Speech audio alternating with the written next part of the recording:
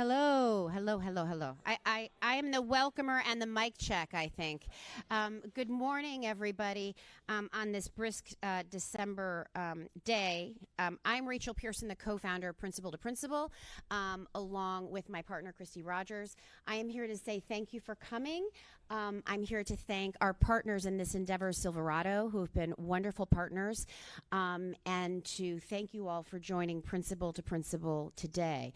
Christy Rogers and I started working on supply chain issues right when COVID hit. Not unique, but we, I think, mapped out or charted a course for our engagement on the issue, which was different and was unique and which was useful and created, drafted ideas and outcomes that were useful to the corporate world and to the Hill and to the administration, which makes us unique.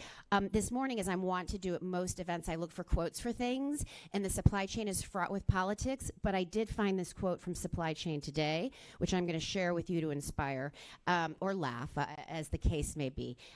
Everyone has the heart of a champion on game day. It's the heart you have during the weeks, months, and years of preparation that actually make the difference. From Supply Chain Today. And that is what you all are doing here. If you'll indulge me for 1 second, my partner, Christy Rogers, is a supply chain expert. I am not. Hopefully I have other superpowers that have helped along the way. But her dedication to this and the work of the task force, patriotically, intellectually, and with amazing spirit and dedication has been really something to watch. So I want to publicly thank her and congratulate her for her work on this subject and the lens with which she has viewed it and done it. So with that, ladies and gentlemen, thank you for being here on behalf of Principal to Principal in Silverado, and I give you Christy Rogers. Excellent. Awesome. Wow.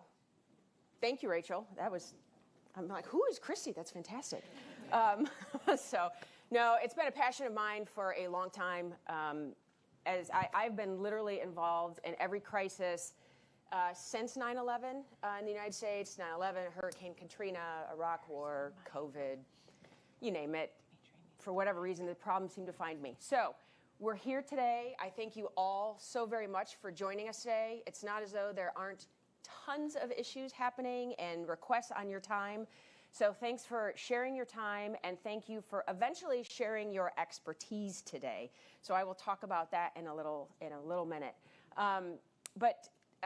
As Rachel mentioned, we started Principal to Principal, the Global Supply Chain Task Force, in probably March to April of 20, very early in the COVID pandemic. We actually got phone calls from a Senate chairman and ranking member and their teams saying, hey, could you guys at Principal to Principal survey your Global Forum members and ask them what are some of the choke points, what are some of the obstacles in the supply chains of PPE, pharmaceuticals, and other medical equipment?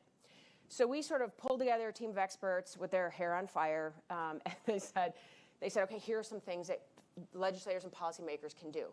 That turned into a task force. As Rachel said, we issued a recommendation report, briefed the Senate, briefed the White House Economic Council, and we turned our attention last year to semiconductors, which we sort of followed the same path. And then this year, we kept our attention on semiconductors, but have added critical minerals and rare earths, which is why you are here today. Our task force and our members of our task force, which span different sectors from academic experts, globally renowned experts in supply chain, to mining industry, to automotive, to manufacturing, to high tech, to healthcare, to communications. And they all said to us, hey, it's time we do a public forum. Everything else has been behind closed doors and kind of off the record. But we need to do a public forum because the urgency and complexity of the challenges surrounding the critical minerals and rare earths demands increased awareness. And so here we are today. And when I say we have to work together to address these issues, I mean industry, I mean governments. Not just the United States. We cannot do this alone. We need all governments, our allied governments, and everyone in the industry to band together to address these issues. And these issues, very simply put, demand and vulnerability. The demand is, according to International Energy Agency, to U.S. Geological Survey, have said that the demand on critical minerals will increase threefold at a minimum over the next 10 years. That's due to the increased need for electricity. That's due to our demand and need for renewable energy sources. Threefold over the course of 10 years. That means we're going to need 300 more new mines, which on average globally, it takes a minimum of 17 years for a mine to go from exploration to extraction to operation. 17 years for one mine, we need 300 within 10 years to meet the demand.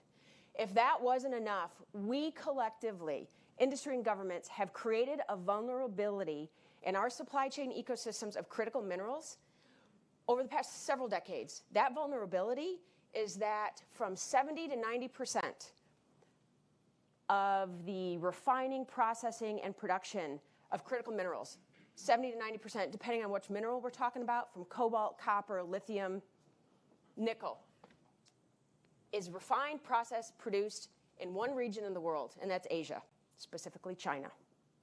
So when I said that we have to come together to address these issues, it's a serious need. We have to raise awareness. And there's opportunity right here in the Americas, right here in the Western Hemisphere, to come together to meet the demand, to actually come together to make our supply chains more resilient by regionally diversifying. This is for our collective economic security. This is for our national security. It's real and it's happening now, and we need all of you to get today to put your brains, your thoughts, your creativity to work. So in this endeavor for the past year, we have been working, as Rachel said, with our fabulous partners from Silverado, a collective brain trust of expertise from trade to the policy issues. And I'm going to introduce them in a second, but first, for really important things for the day. If you need coffee, it's not just in that back room. There's some coffee over here. Restrooms are out the door, past the elevators, past the registration desk to the right if you need a restroom. So with that, we're going to have Silverado set the scene. Again, I'll introduce in a second. We're going to go to our team of government experts from governments from around the world for a panel discussion. Then we're going to immediately go to our industry panel of experts and leaders in the industry in this space. We'll have a networking break right after that, which then we will all convene into our breakout sessions. And with 4 breakout sessions, color-coded, which will show you where you're going.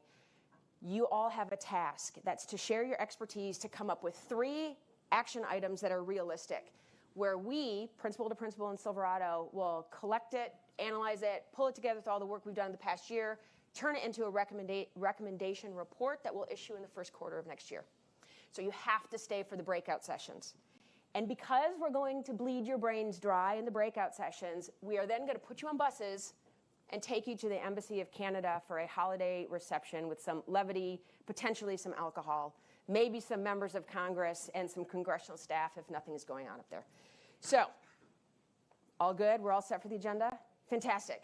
Okay, so without further ado, I'm going to introduce Dmitry Alperovich, who is the co-founder, executive chairman of Silverado, up here. Silverado Policy Accelerator, that is.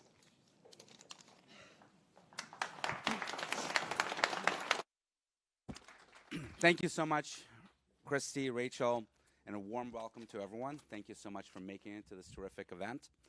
My co-founder, Maureen Hinman, and I co-founded Silverado almost 2 years ago as a nonprofit organization focused on novel policy solutions that can accelerate and solve the pressing national security challenges that we face today, particularly in the areas of trade and industrial policy, as well as ecological economic security, what we're calling EcoSec, and cybersecurity as well.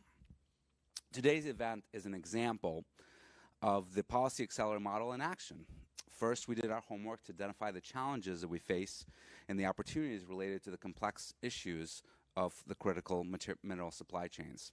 It didn't take us long to realize that security and resilient supply chain for critical materials was necessary for national economic security objectives, from ensuring the continued development of clean technologies to face the challenge of climate change, to the manufacturing of semiconductors and many, many other applications. After analyzing the data on mineral reserves, current capacity, and projected demand, we felt compelled to help bring awareness to the supply-demand imbalance and the vulnerability of being too reliant on any one source or region for mining and processing. This led us to today's event, convening a formal combination of government policy expertise, brass tacks, corporate perspective and initiative, and subject matter experts and thought leaders, all here to provide the perspectives with the aim of leaving here with concrete next steps that can be taken. And I can assure you, having worked for several years now with Christy, she can make people work. So look for those breakouts. She's going to put you to work for sure. And of course, none of this would be possible without our great partners. Very pleased to be partnered with Principal to Principal and the Global Supply Chain Task Force members, many of whom you will hear from during our second panel. And I want to specifically call out our wonderful staff that worked so hard to put this incredible event together. Thank you all so much. And with that, let me turn it over to my colleague, the CEO of Silverado and Executive Director, Sarah Stewart, to set the scene for today's event. Thank you.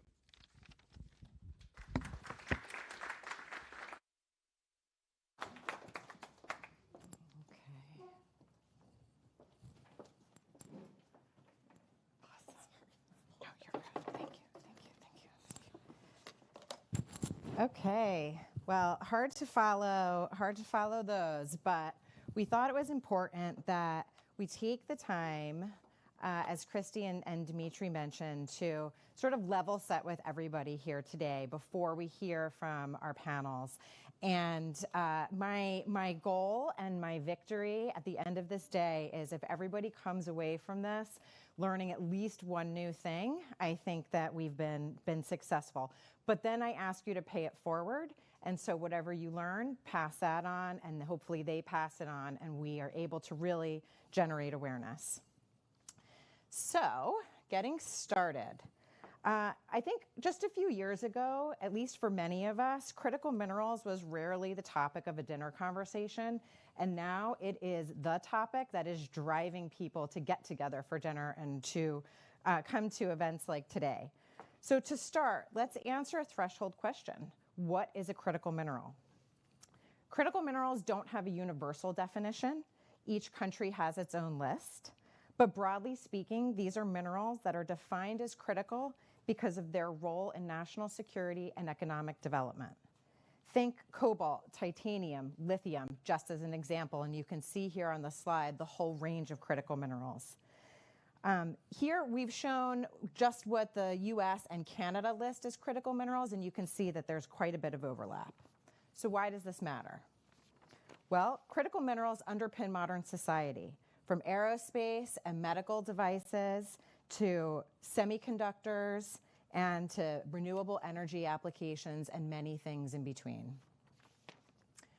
And all of these applications are important to our national and economic security. So here you can see how, looking at the list of minerals running across the chart, you can see those that are essential to national and economic security for batteries, clean energy, semiconductors, just to name a few. When demand goes up in one sector, like we've heard Christy say, so say, for example, demand is going up for lithium-ion batteries for electric vehicles. The pot of minerals that supports those applications, it's finite. And so if demand's going up in one area, the pot is shrinking for all other areas. So we can see here that mineral demand is projected to significantly increase in the next 10 years, as Christy mentioned. Looking specifically at lithium, for example, 5 times the demand from 2021 to 2030. Based on our projections, this is going to lead to the need for hundreds of new mines by 2030, at least 300. And this is just looking at the minerals that we have listed on this slide, which is rare earth, vanadium, copper, nickel, lithium, graphite, and cobalt. Expanding production is key, but so is investing in other alternatives, like chemical substitutes or recycling of minerals to help with the supply and demand imbalance. Right now, many of these alternatives are top of mind, but they're also quite nascent. As shown in this graph, of 49 critical minerals measured, only about 1/3 have substitutes with good performance. More critical mineral recycling is also needed. We need to be putting more emphasis on creating reverse supply chains. But we need to know more about where the stocks are and invest in the infrastructure and technology needed to enable more recycling and less virgin extraction. Identifying and taking action to promote expanded mining, processing, and alternatives like recycled critical minerals is imperative because supply chain disruptions are more likely where production and processing are concentrated in one country or region. Here, we're taking just a look at the U.S. relative import dependence by origin for a range of minerals.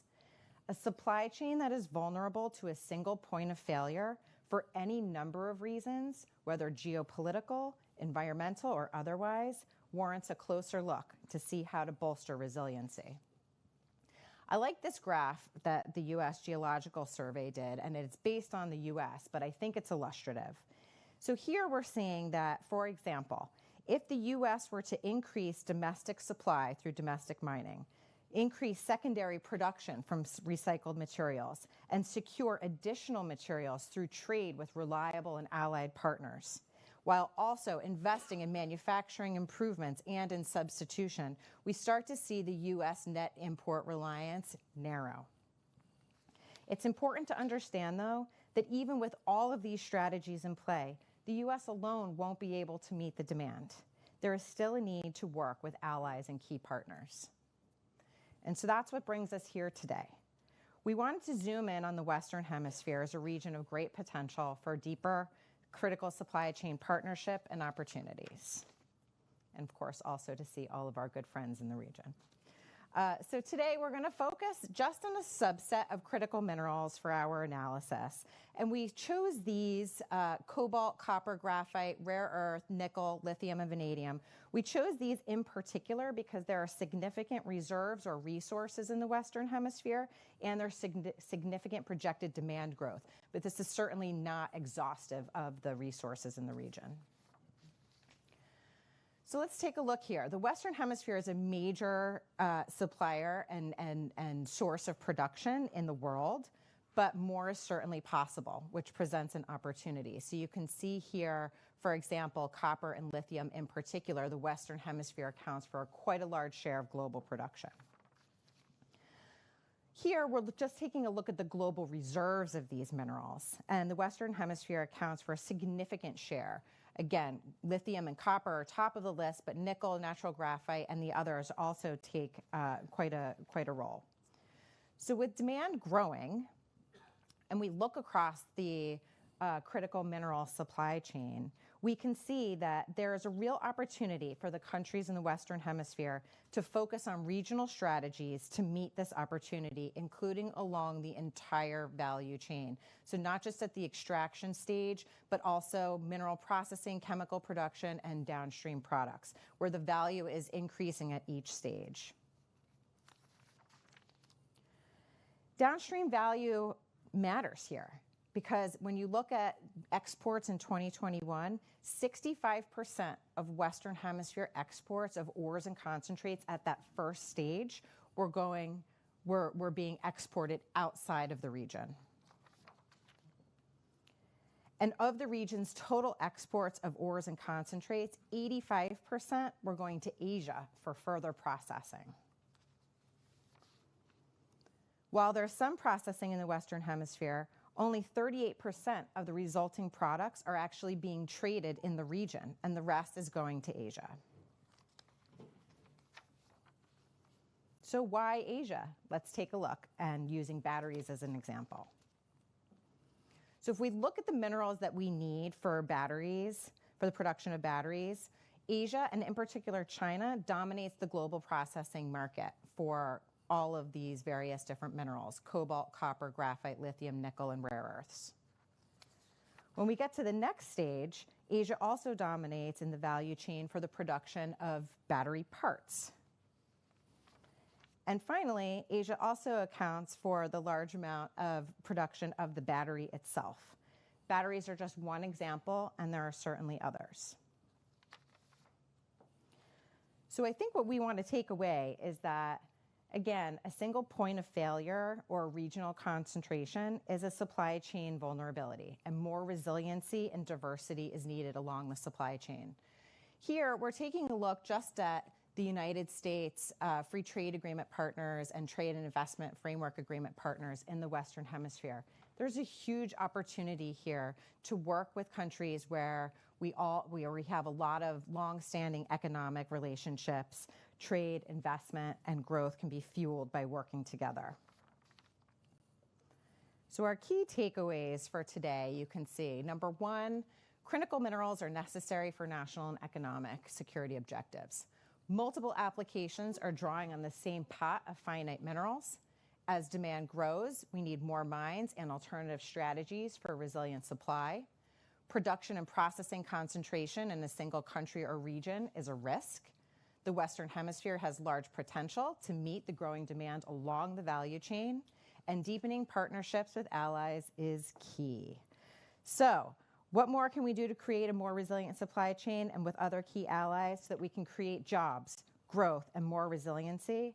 We are going to learn all of that today from our fabulous panels and bringing together everybody in our breakout sessions. So, without further ado, I'd like to introduce Eric Farnsworth, who many of you know. There he is. Eric has a long-standing leadership role at the Council of the Americas, an esteemed career before that at the State Department, USTR, the White House, and the Senate. You've literally done everything. Everybody in this audience knows you, and we are so lucky to have you here to introduce and host our government panel.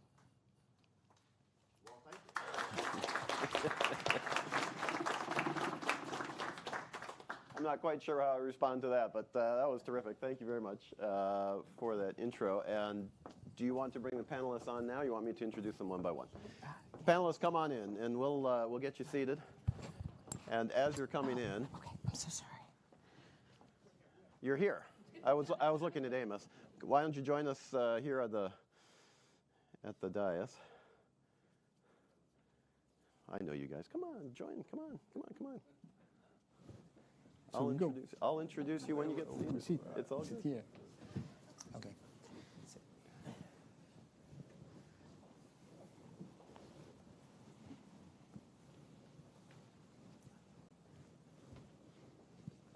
All right.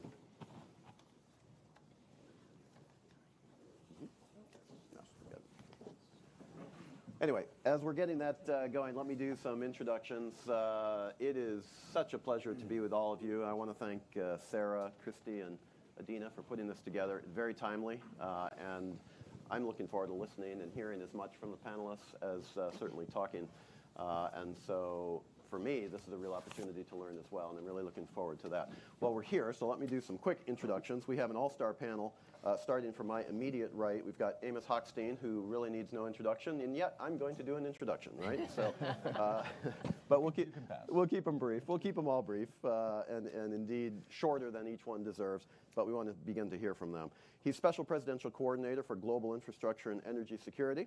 He leads a whole of U.S. government effort to collaborate across the interagency, and only people in Washington actually know what that means. But with the private sector and with allies and partners around the world. Amos literally talks to the president and is somebody who is at the president's right hand on U.S. energy policy globally. So it is a real pleasure, Amos, to have you with us today. Dan Watson is the Assistant U.S. Trade Representative for the Western Hemisphere, and he oversees the development and implementation of U.S. trade policy from Canada all the way down to Argentina and Chile and everything in between. He was also a lead negotiator for the USMCA, the U.S.-Canada-Mexico agreement, right? So Daniel, it's great to have you with us. Great to see you again. And then we have two representatives from foreign embassies. Sarah Cohen is the DCM of the Embassy of Canada. And Sarah has a very long and distinguished bio, but I want to point out two things in particular. She was the Canadian senior official for preparations for the Summit of the Americas that the United States hosted in Los Angeles last June, so she has expertise in terms of the Western Hemisphere, but even more impressively, she served at Canadian embassies in Bogota and she also served, there's another one here, Santiago, so knows the region very well. Sarah, it's great to have you with us. Thanks so much. And then from Argentina, we have also the DCM of the embassy there, a good friend of mine, Minister Adrian Nador, who is an economist by training, career Foreign Service officer from Argentina, and he has expertise with both the World Bank and the IMF. He has also been an advisor to Mercosur, which is the regional trade grouping of Brazil, Argentina, Uruguay, and Paraguay. Would you please join me in welcoming all of these fine panelists?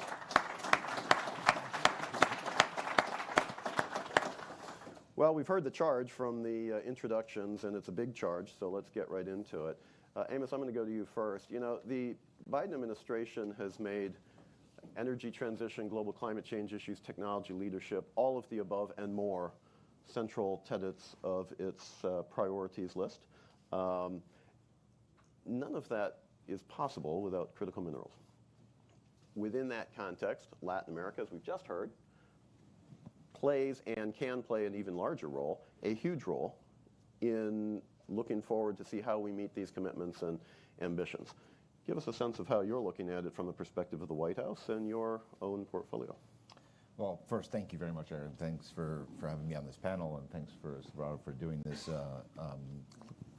Clearly, as you just mentioned, the Biden administration has, from its inception, seen the issue of energy transition as this is the greenest, most proactive administration we've ever had, putting an emphasis on the energy transition. Now, instead of just talking about energy transition, we always talked about it as how much wind are we installing, how much solar are we installing, and that was always the metric by which everybody measured. And the second measure was where are you on your Paris commitments, and what are your 2030, 2040, 2050, 2060, 2070 goals? Those are important. I'm not belittling that at all. On the contrary, I'm saying that has been the conversation.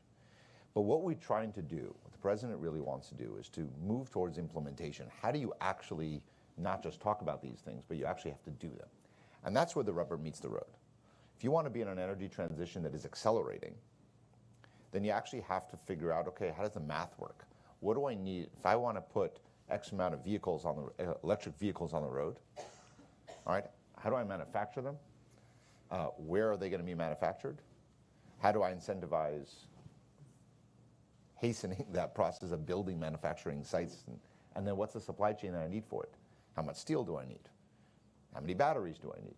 Okay, where are the batteries going to be made? What's going to go in the batteries? And so the critical minerals to us is part of this larger ecosystem of how do you get the product at the end of the day? How do you get that goal of faster deployment of, and that is true not just of electric vehicle batteries, that we need critical minerals and rare earths, but we need that also for solar and wind itself. I mean, you got to have the magnets for the wind turbines, and they require the same. And some of these materials are required for the chips that we are trying to accelerate through the CHIPS Act, which is, as everybody knows, is something that we're very proud of being able to do. And even with that achievement of what we're able to do through the CHIPS Act, we're still growing from a horrifyingly small percentage of what we manufacture in the United States to a less horrifying but still small percentage that we need to continuously grow. So this is growing American jobs and growing our national security, and this is something we're going to have to continue to do. So when it comes to the critical minerals themselves, we have to figure out a way to do a few things. One is to, can we mine some of this in the United States? And then can we process some of this in the United States? And the answer is yes to both, but not enough. So therefore, we have to connect the dots between what we're doing here at home through the IRA, incentivizing the business here, with how do we source the materials from outside and make sure that either as a processed material or as a raw material that is going to be processed in the United States. That is what this challenge that we face on critical minerals. That is, now you have to look at where are critical minerals. We don't get to choose who we do business with because that's been preordained by a few billion years of where they are underground. And that's where the mining comes in. Now, what we want to do is not just mine for critical minerals and find where they are and do the deals, but we have to offer a different proposition where we don't repeat the mistakes of the past and where the mining itself has to be cleaner, greener, more efficient, and more fair. And by more fair, I mean the traditional mining over the last 100 years has not exactly been an exemplar for governance, corruption, child labor, other labor standards, a broader participation in the market and the job market for more gender equity to allow for women to participate in that part of the economy. So we have all of these things that matter to us, that if we want to build a cleaner world, it's not just about making it cleaner, but it's about making sure that that electric vehicle you're driving, and you can take that entire value and walk back, that it matches our values, not just on climate, but that we're building a new world. This is the greatest transformation of the world's economy since the Industrial Revolution. We're not just unplugging one power system and plugging in another one. We're recreating it. And if we're going to recreate it, let's create it in a way that matches our values on a broader perspective. We are basically on the ground floor. No matter how much we've already done, we're on the ground floor of where we're going to be. So that's what we need to do. As far as the Western Hemisphere, it's absolutely one of the most critical places in the world. One, we are in the Western Hemisphere ourselves, and we have a responsibility to our partners and our neighbors. And I say the neighborhood is pretty long, so it's a long. It goes pretty far down, Chile and Argentina. But nonetheless, that is our hemisphere. And look at lithium, where Bolivia, Argentina, and Chile are that triangle of so much of lithium deposits and reserves around the world. Yes, we have it elsewhere. We have it in the United States. We have it elsewhere. But that is such a critical area. But what we have to make sure that we do is that the companies that are going to be chosen to mine it and what happens with those mining operations are ones that we feel both provide that security of supply, don't just create a new insecurity of supply by who is getting the licenses to mine them, and that they're living up to our standards.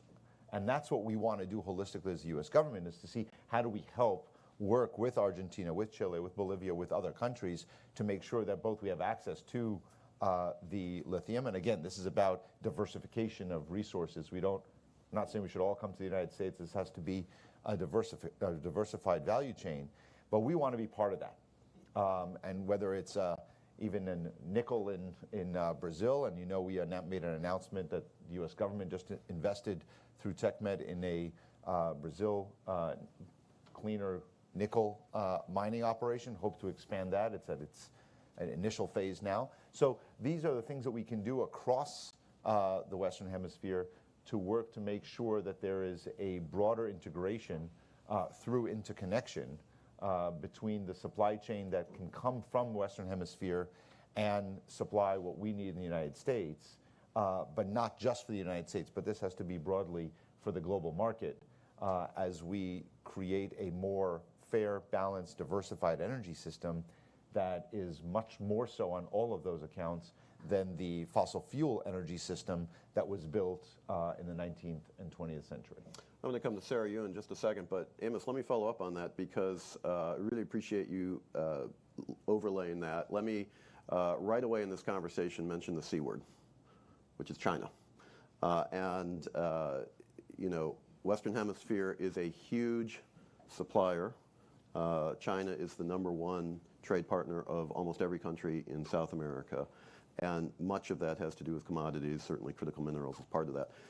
Where does this, and I won't use the word competition, but where does this issue fit in terms of calculations among the United States senior leadership in terms of the strategic importance of the Western Hemisphere? And does this drive the thought process within the interagency and within the discussions coming out of, well, say the Summit of the Americas in June or other initiatives like that? Where does that fit? And then I'm going to follow up with Sarah. Well, as you know, the president launched together with his G7 colleagues at the G7 last summer the Partnership for Global Infrastructure and Investment, which was to work together worldwide, and Western Hemisphere is actually one of the places where we're working a lot with our G7 partners, plus Australia and other countries. And we did another event at the G20 with a broader subset of countries as we expand this initiative. And yeah, China has been at this for longer, for about, longer than over a decade that they've been making significant investments. I'm never going to suggest that China shouldn't be part of the value chain and the supply chain for the world. I want to make sure, though, what I really want to focus on, if China wants to come to any country in Western Hemisphere and invest and make sure that labor laws are followed, that it is open and transparent, and that we know what the contracts are and who's getting paid and how they're getting paid. And if we know that the standards and how clean the operation is, and that we know that there's no insistence that all the material go to China for processing, but rather so we don't have one processor for the world, but we have multiple processing facilities across the world. If all those standards, and that there's no loans that are created that will, kind of a zero interest loan that gets you really indebted later on, if you remember a certain crisis we had in the United States on interest-free loans. What happens when they mature is called Sri Lanka, and that's or to some degree Ecuador in the Western Hemisphere, right? So you take a loan today for zero interest, you may not be the prime minister or president that has to pay it off when those interest levels rise later. So if China's willing to work with us in that context along those that value proposition, great. Let's do it. Let's all do that. And let's all make investments in this, because we all need to accelerate this process. Unfortunately, I don't think that's what's happening at the moment, but I think we'd all be very happy to see China joining us on a values-based investment in the next generation, and not having batteries for electric vehicles manufactured with an enormous amount of coal in the processing facilities, which kind of defeats the purpose of why we're switching our entire vehicle fleet from a gasoline to electric. So yes, we're competing with China, we're competing with a lot of others. That's the nature of business. I think that's true with China, true with everybody else. We always compete, and every country competes, and that's a good thing. Healthy competition, as long as it's based on a certain set of rules and values, I think there's nothing wrong with competition.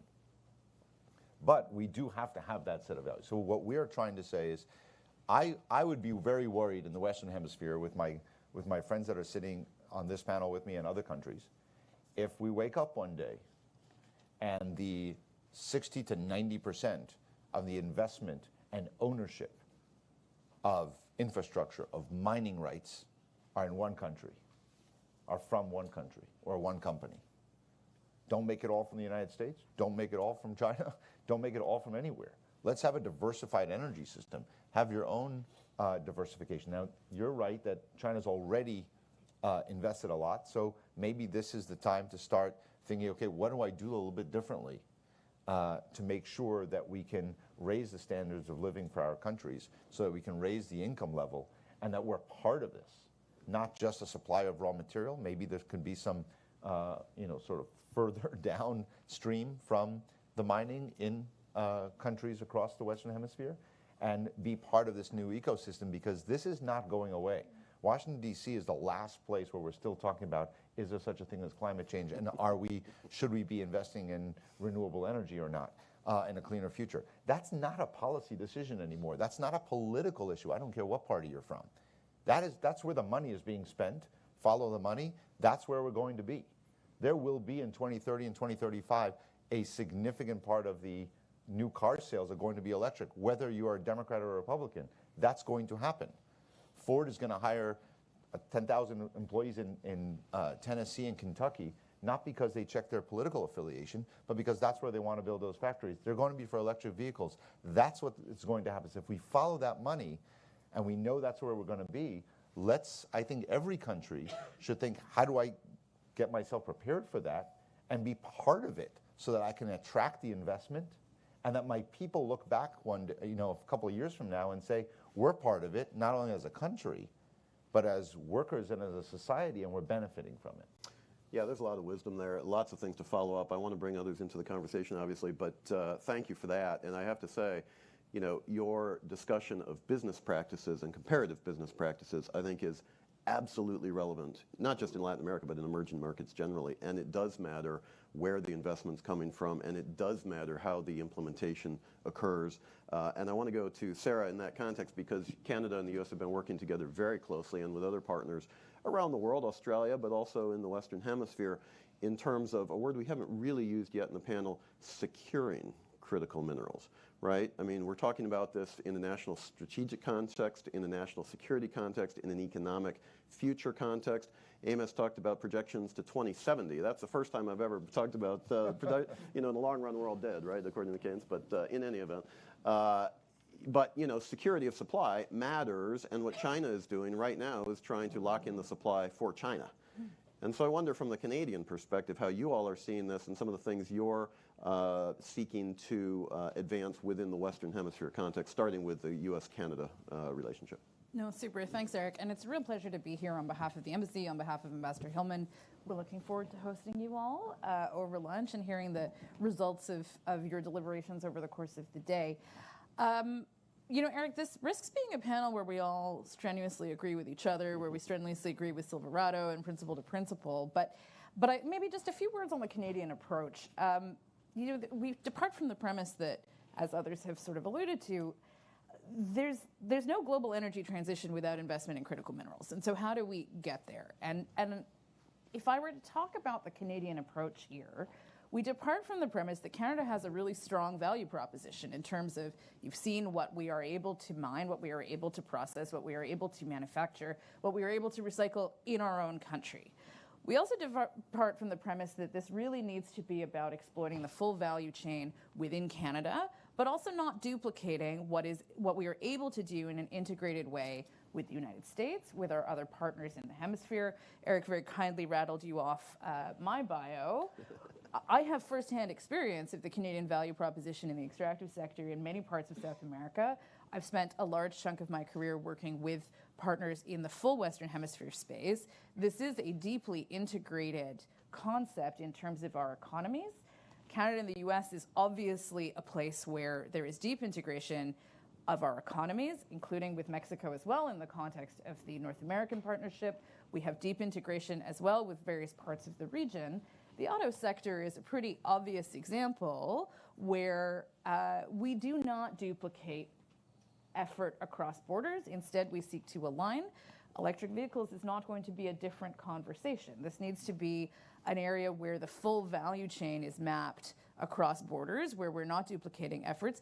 Everybody has agreed, I think, that there is too much work to be done to catch up, frankly. The timing is now. And so let's make sure that we are doing it in a way where our respective economies can benefit from the knowledge transfer, from the upskilling, from the creation of good and important economic opportunities for our citizens across the full value chain, but in a way that also benefits the exports and the production and the manufacturing and the sales throughout the entire hemisphere. Canada and the US, this is going to be a key factor for Canada as we go forward. We have just launched our own critical minerals strategy that came out on the 9th of December. It's pretty exciting to be able to talk about this topic in that context. I've rattled off a few of the areas where we plan to focus. The US, definitely key. Other partners, also key. And underpinning all of this is the conversation about our values. For Canada, that's really about responsible investment. It's about environmental stewardship. It's about close and deep collaboration with our Indigenous communities, as well as a core tenet of Canada's reconciliation with Indigenous peoples, and making sure, as I said, that economic benefits are really accruing to the full range of our citizens in a responsible, in a transparent, and an important way. And there's a number of ways that we've worked closely with the US, that we're working with other partners. There's only so much that government can or should do in this space. I think we all agree, and I think the next panel with industry will give us some really interesting insights in terms of what industry is looking for from government. But it's really about what are the signals that we're putting into the marketplace, what are the incentives. I think there are clear examples between Canada and the US Our most recent critical mineral strategy, as I mentioned, is a commitment from the Canadian federal government to invest close to 4 billion Canadian dollars in the sector across the full range. The U.S. has obviously, with the Bipartisan Infrastructure Act and with the Inflation Reduction Act, sent similar signals into the market. How are we joining up? How are we consistent? Well, frankly, we're extraordinarily consistent. And I think there are a number of mechanisms that we've developed with the U.S. going back 3-4 years, including our joint action plan on critical minerals, which I can talk about if there's interest. There needs to be more work in that space. There needs to be more dovetailing in that space. Pandemic slowed us down a little bit, but we are definitely in a space where a lot of good work has already gone into clarity and mapping around geological deposits, around relationship building, around opportunities and seminars, and we're looking forward to more in that space. For Canada, this is also about complementarity with our provinces and our own local regulations, and I think you'll see in our strategy as well that regulatory issues is something that we're committed to working with across all levels of government, and I think that is something that we have learned is necessary in this space.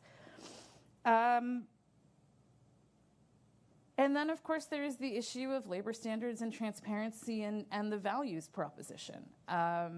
Just yesterday, on the margins of the COP15 biodiversity meetings that are being held in Montreal, in Canada, a group of countries, including Canada and the US and Australia and a number of G7 partners, announced, and sorry, I just need to get the name right here, the International Sustainable Critical Minerals Alliance.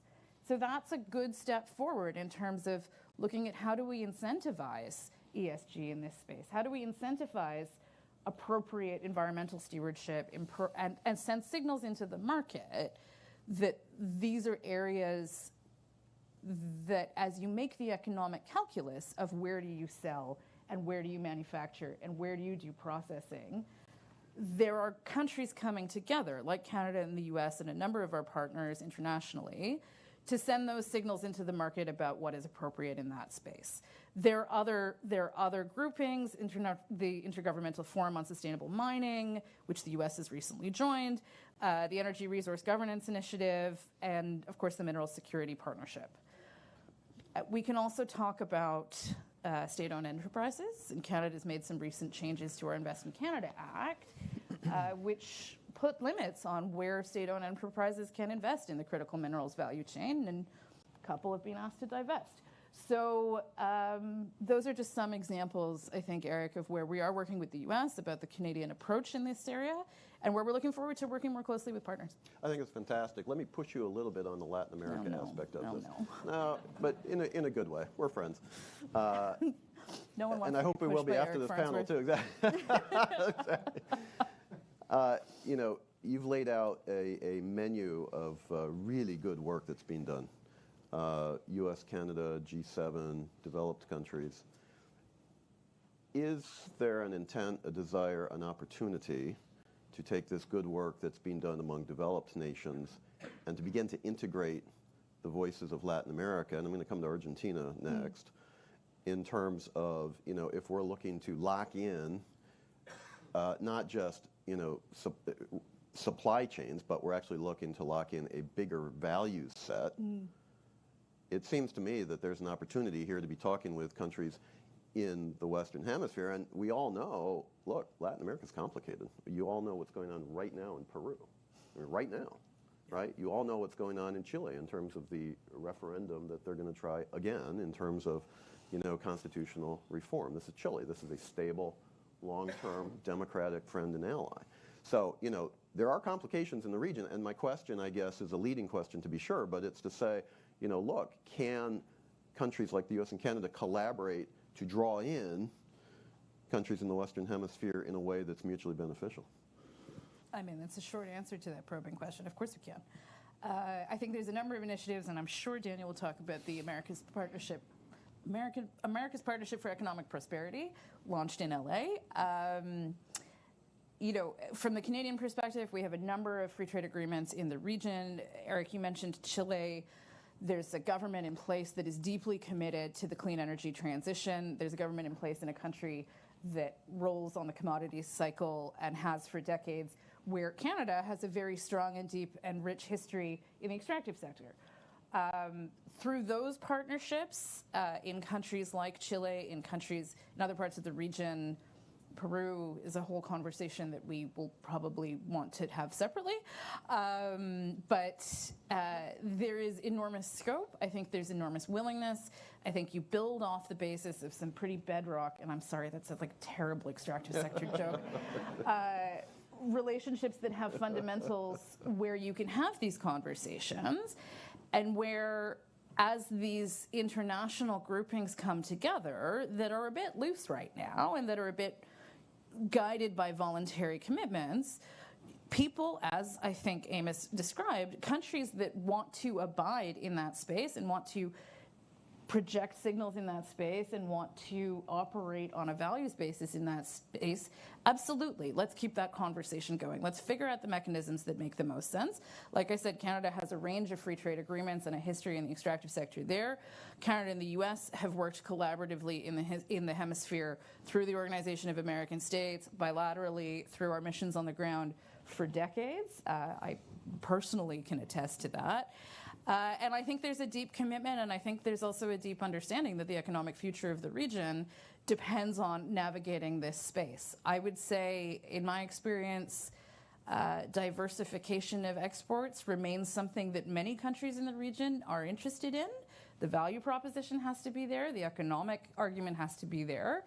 And the knowledge that they are acting in good company and working with close and trusted partners needs to be there. But I think those are all fundamentals that are already on the table. So I'm optimistic, Eric, that we can deliver on what you're asking us to do. And we're pretty committed as Canada to advancing in that space. Yeah, no, that's fantastic. And Adrian, we're going to come to you in a second. But that's precisely the point that I'm trying to make. And if you couldn't tell already, my personal sort of underlying agenda here is to find out how can the Western Hemisphere be more united around these issues in a mutually beneficial way. Because oftentimes we have these conversations where it's north to north and south to south and emerging markets to this and then that, but we don't talk to each other and we don't see ourselves in an integrated way. And from the Council of the Americas perspective, in over 30 years of doing this, I can say that oftentimes in Washington, Latin America is overlooked, particularly in natural resource and particularly in areas where there should be a strategic component. This is my preaching now, but the strategic component of U.S. national interests. And the opportunities are huge, and we're not the only players. There are others out there who are actively seeking to take advantage. And so let's go to Argentina, because Argentina is sitting on a pile, that's a technical term, a pile of lithium. Right? As well as other critical minerals, as well as a great amount of beef and Malbec and wonderful things like that. And if you haven't been to Argentina, go quickly because the dollar goes very far and you can come back with a boatload of leather jackets, which I wouldn't know anything about that, but Argentina, fabulous place these days. Adrian, we're going to go to you. Obviously, Argentina has been collaborating very closely on lithium, yes, particularly with the neighbors, with Chile and with Bolivia, and talking about things like the OPEC of lithium. Now, that's a different conversation than we're having in North America and that we've just been having. But at the same time, the government of Argentina has, I think, been very effective and very forthcoming about coming to Washington and elsewhere, saying to U.S. investors, we have an incredible opportunity. Why aren't you doing more to take advantage of it? So you do have that sort of tension somewhat. Tell us how the government is looking at these issues from your perspective, and then I'll do a follow-up question with you as well. Thank you, Eric, for the question. Again, my boss, Ambassador Arguello, was really looking forward to being here with you to discuss this critical issue.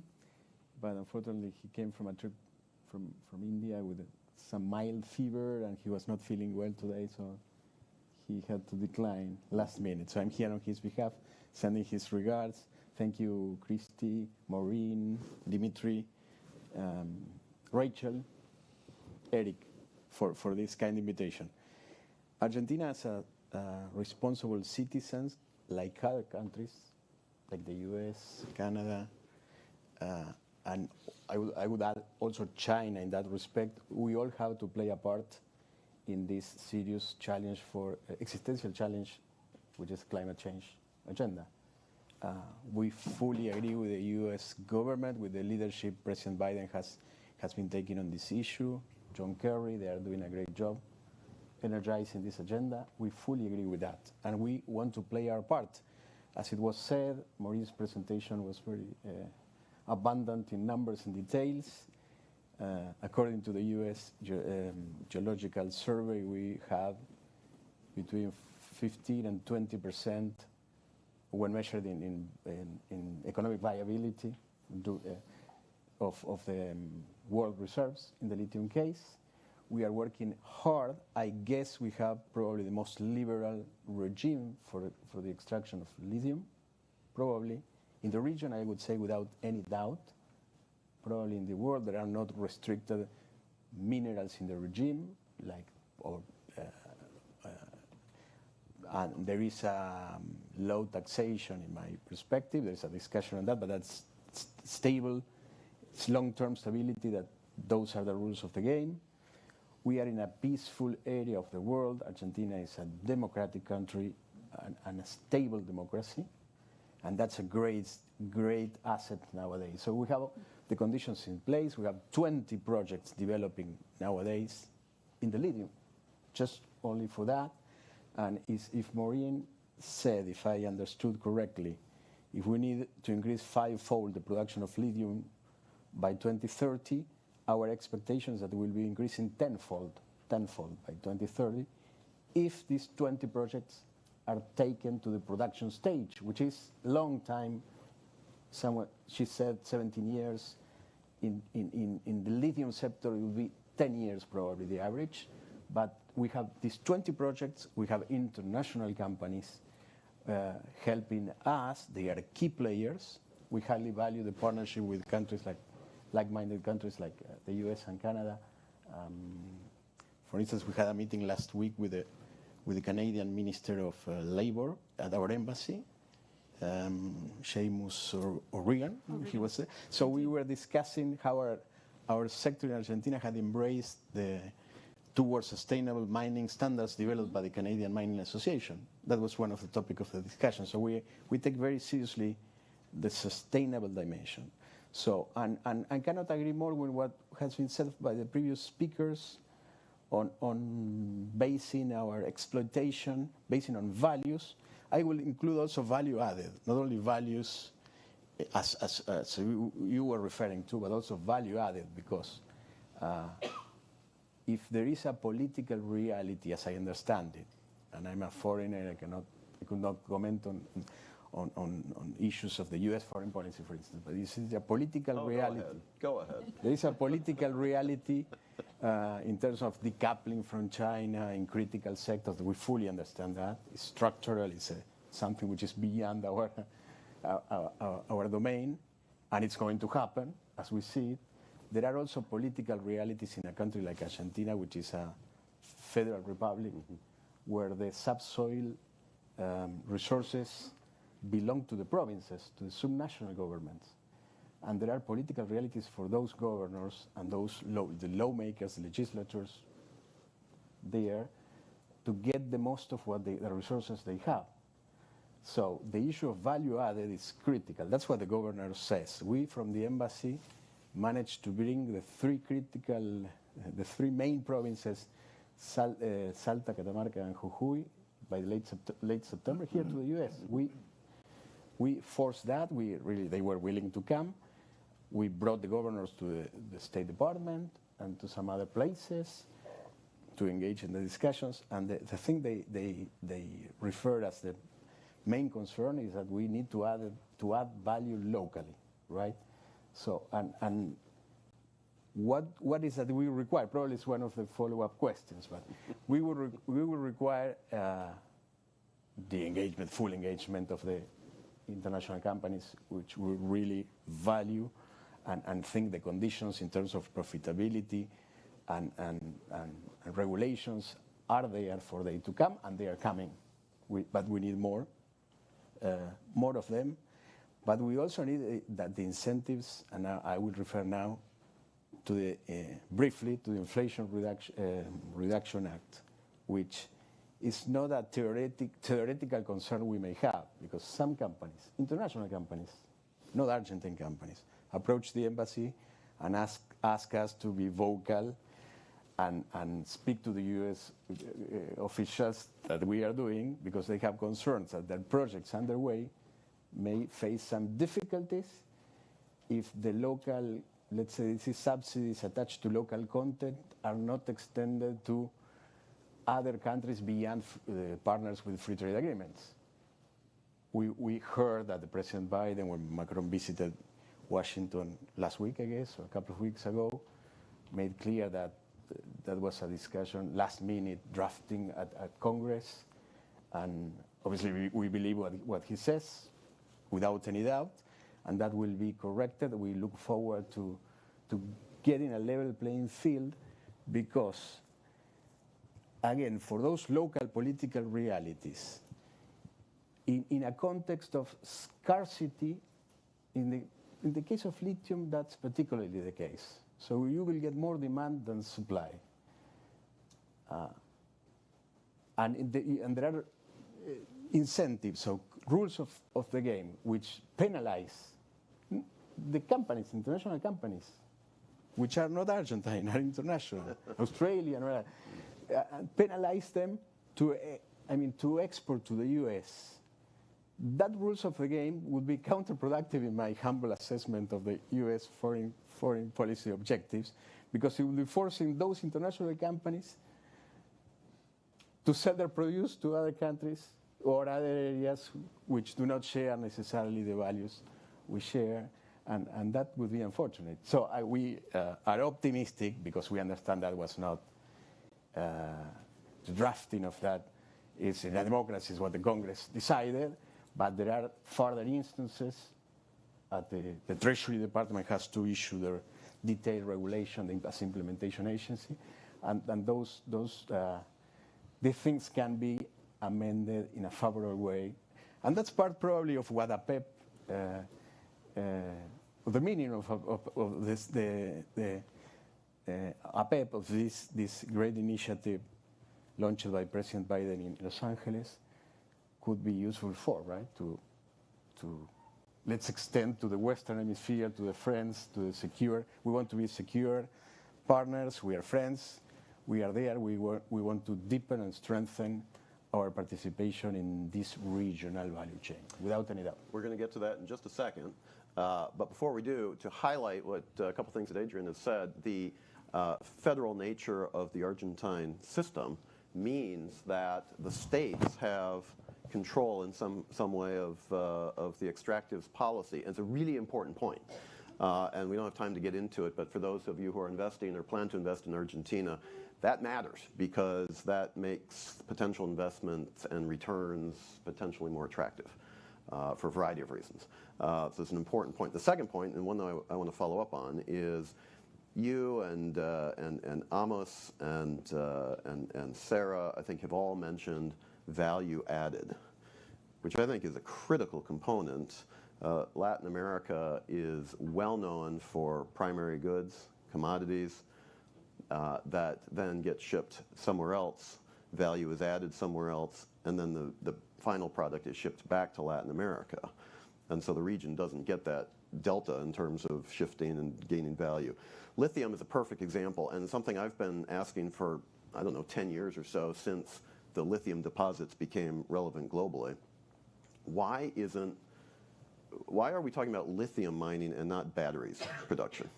Why are we talking about primary commodities extraction and not adding value, working with auto companies, working with power generation companies, working with battery technology, working with clean energy, and all these things? And I wonder, from that perspective, because Argentina has some exciting things in that way, maybe you can tell us a little bit about how your government is viewing this and opportunities for investment in that sector, because at the end of the day, this is a value to the Argentine people, no, in terms of development of the country itself.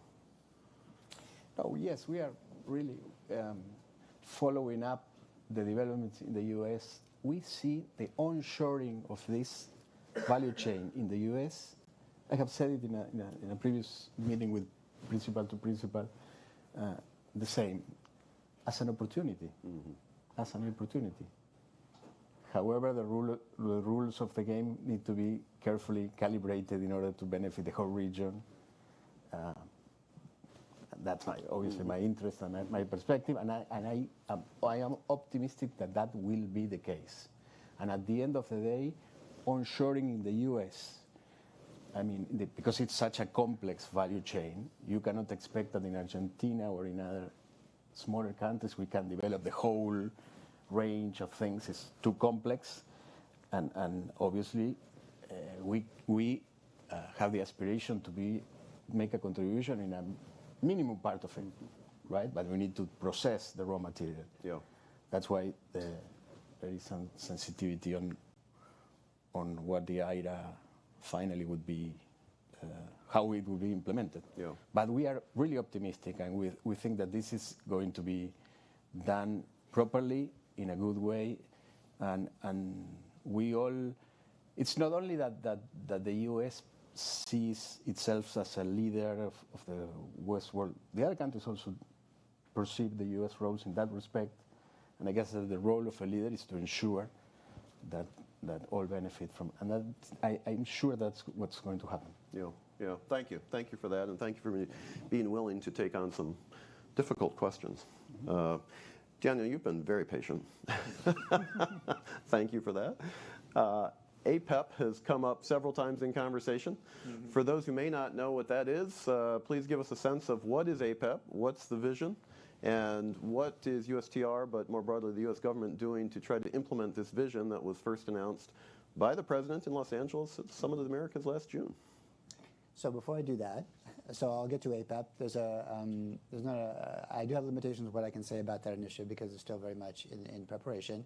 But I would start with our free trade agreement. So the team at Silverado did a great job with their graphic, stressing that the Western Hemisphere is a place where we have most of our FTAs. And then we also have a network of trade and investment framework agreements. So the FTAs are important because there is already a basic enabling environment that's been created. We have tariff-free trade with a very large segment of the hemisphere. We have the fundamental rules of trade and investment that are in those agreements, and those have really shaped our engagement with those countries now for going on 20 years, in some cases much longer in the case of USMCA. But one thing that's maybe less understood about those agreements is that they also have institutions built into them. There's a wide range of committees. There's the Free Trade Commission, which meets periodically at a high level.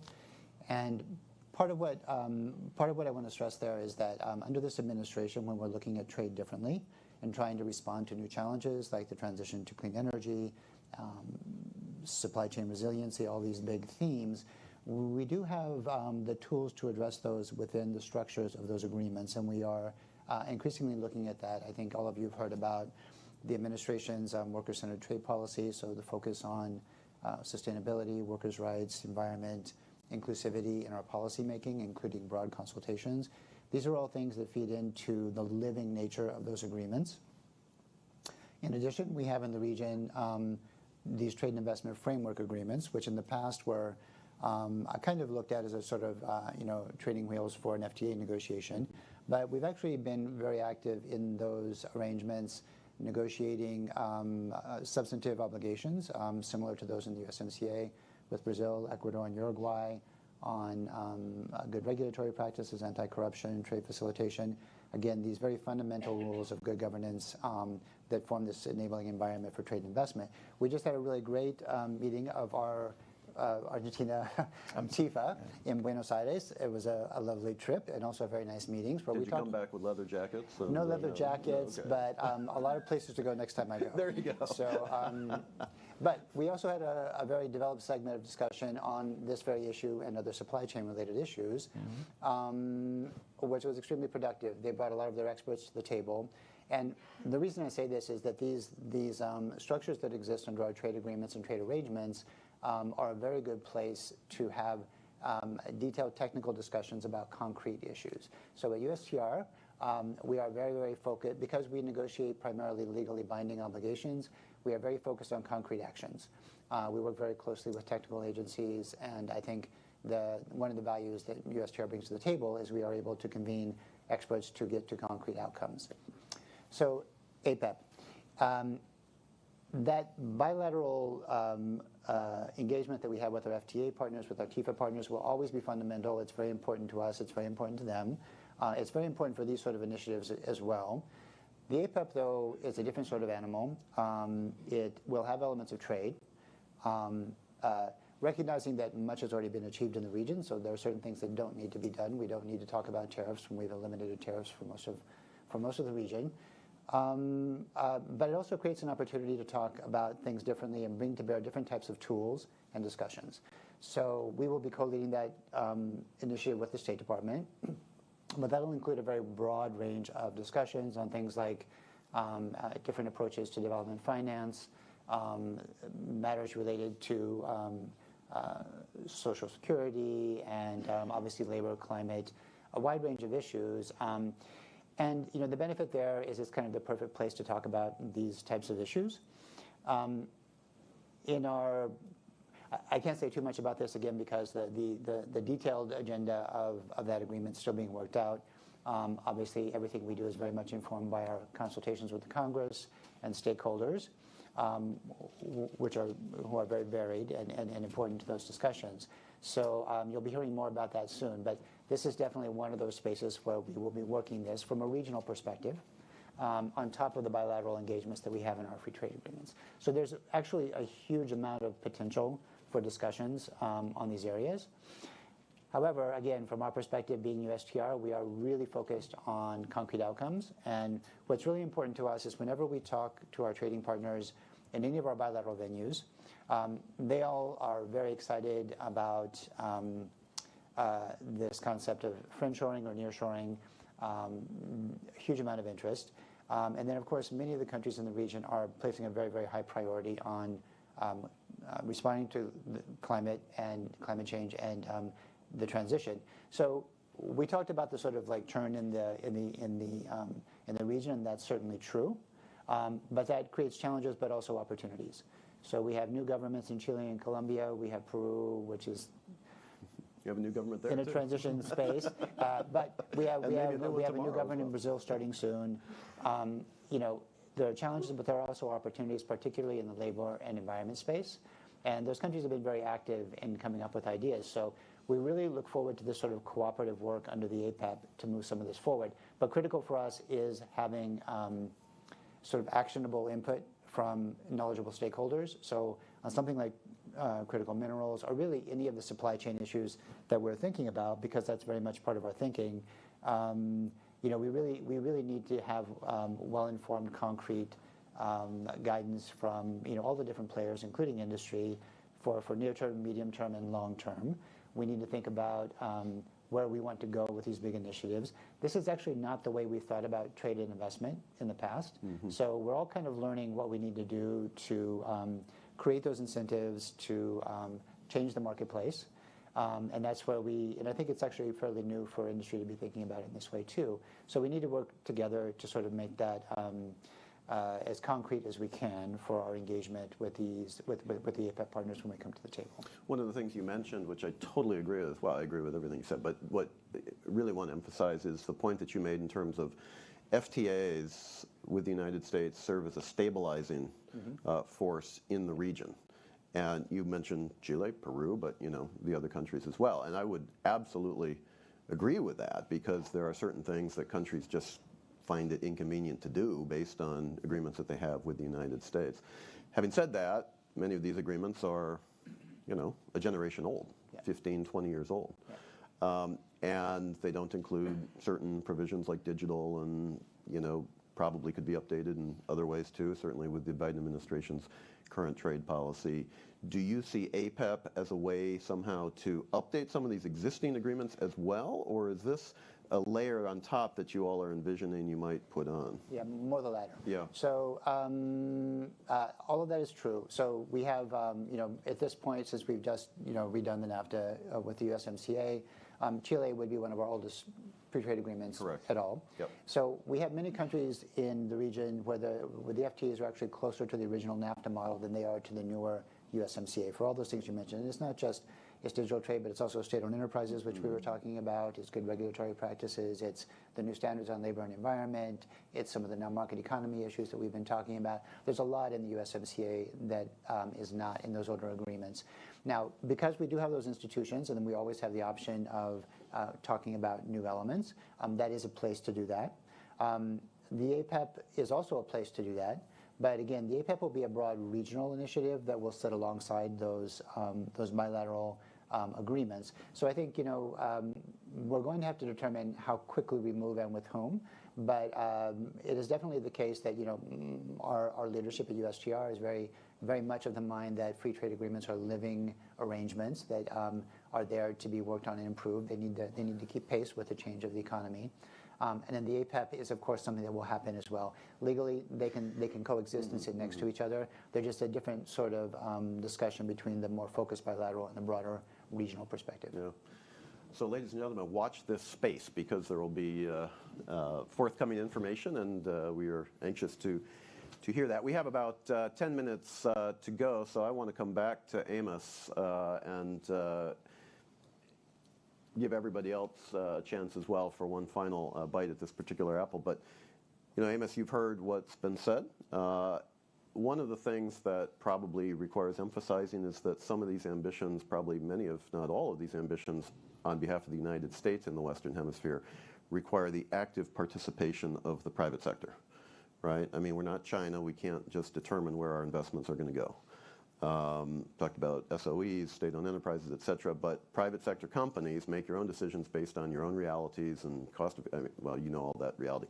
The question is, when you're discussing these issues, what are you hearing from the private sector in terms of some of the things they believe that they need to make the Western Hemisphere a more attractive or, a bigger share of their global investment play?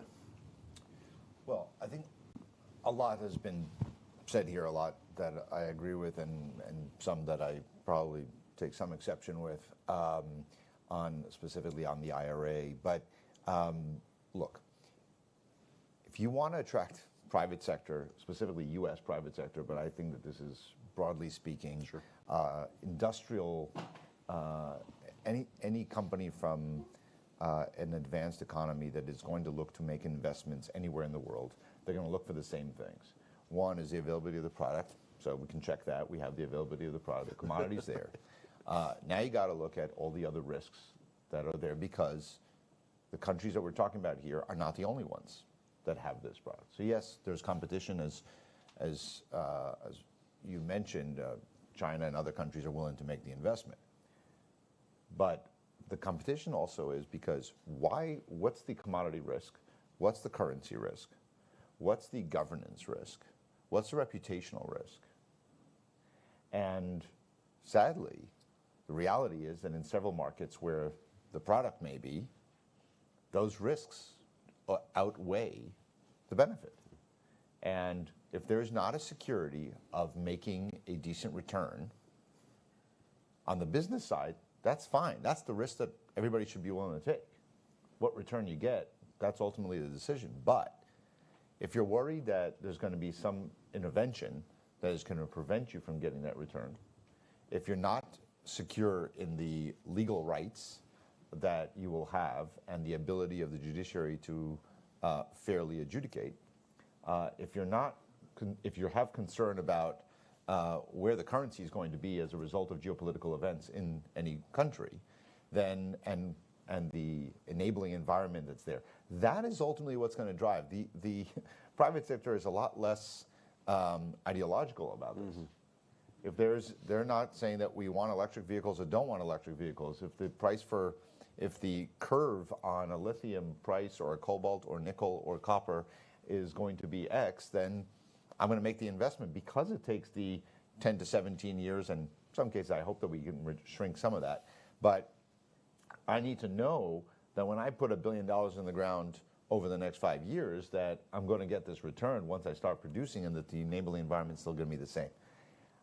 I don't think that that the Western Hemisphere has done all it can to put itself in a competitive place for that. And I think we have to be honest in these conversations, so we can all be friendly, but we have to be honest that if we want to be able to compete, if we want to be able to get to the next level of being able to have this energy transition in a faster basis, then we can't just say all the nice things. We have to say the reality, and that is that there has been some difficulty around this. And that's what we in the United States are willing to look at this, straight on. Let's be honest. Let's level set. And what do we do to help the governments that are willing to take those actions? How do we, as G7 countries and Australia and others, come and say, we are willing to step in to mitigate some of this risk? We are willing to come in and say, you don't have a credit rating, and therefore no bank is going to finance a $1 billion investment. So we need to come in and figure out, how do we step in as the credit provider? Or how do we step in and provide enough financing? We're not going to compete dollar for dollar, but if we can provide enough financing that that covers the political risk, not just from a political risk insurance product that you buy, but that we can actually come in, and the fact that there is an American flag, a Canadian flag, German, whatever it is, that says we're invested in this, whether it's Canada or KFW or DFC and Exim, we're in this project. And I think that's what we were able to do and demonstrate in the nickel project in Brazil, is to say the US government is now a shareholder, essentially, in this. So if we're willing to take the risk and we're there, I think others are willing to come and say, other private sector actors are now willing to say, okay, the Americans have put American taxpayer dollars in there. They're not going to I have some insurance policy here. And it's not going to be good enough rhetorically. We're going to have to take actions of putting our money where our mouth is to support these kinds of enabling environments. So I think that is going to be the key if we want more private sector investment in this. And I would just say that as we look at the IRA, and yes, the president was very clear that some provisions we will, as we go, we haven't yet finished the regulatory system of how we're going to put this in play. But at the end of the day, we need to accelerate the investment. And instead of looking at what everybody's uncomfortable with, this is the most monumental, largest investment in climate ever. And we're not going to back away from that. This is our commitment to making the investment. And there are other countries that are making these same investments but everything has to be there. And under different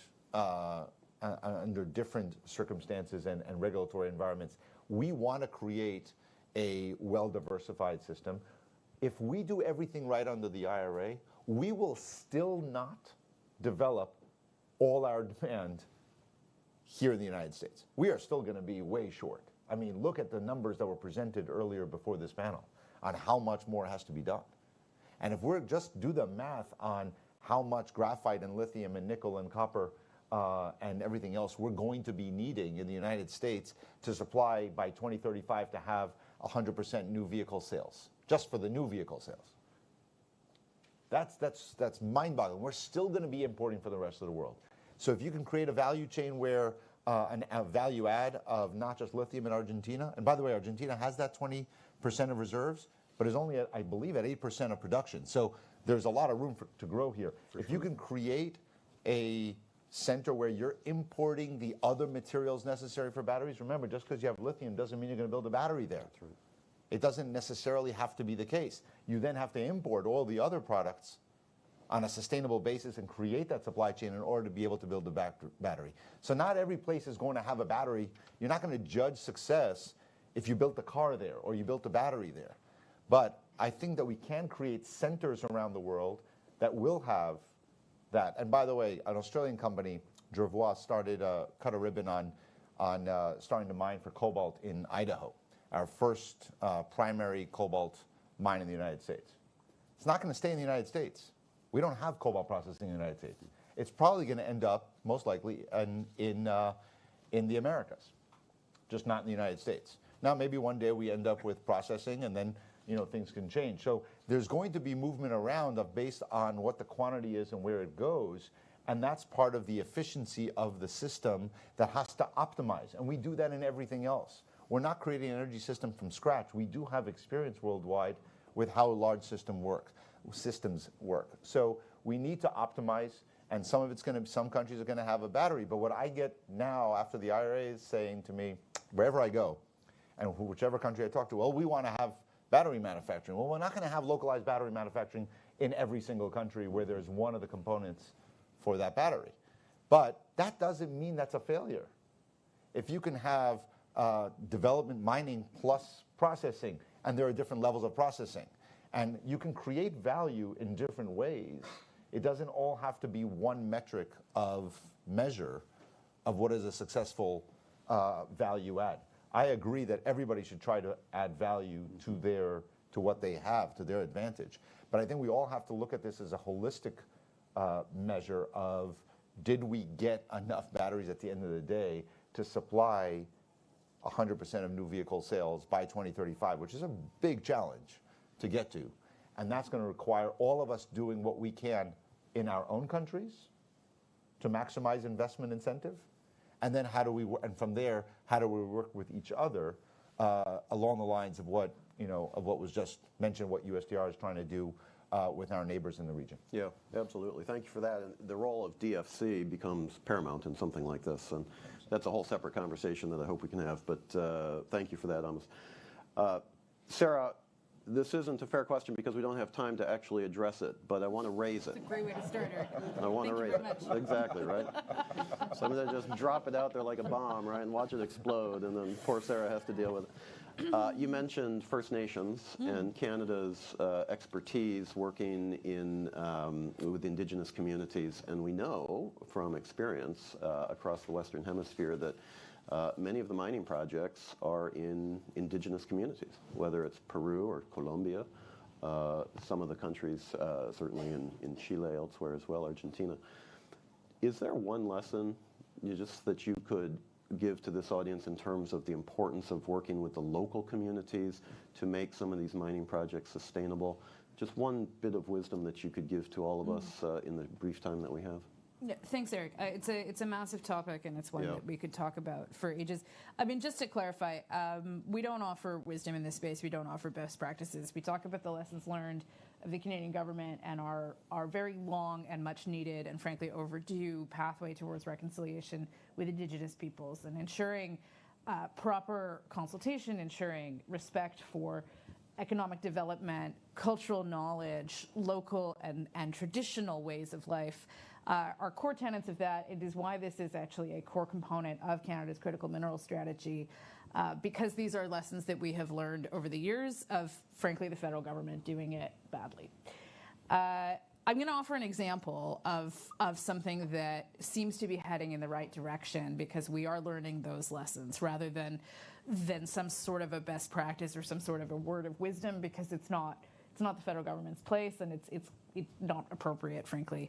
But the example I'd like to offer is of the First Nations Major Project Coalition, which has been supported by the Government of Canada.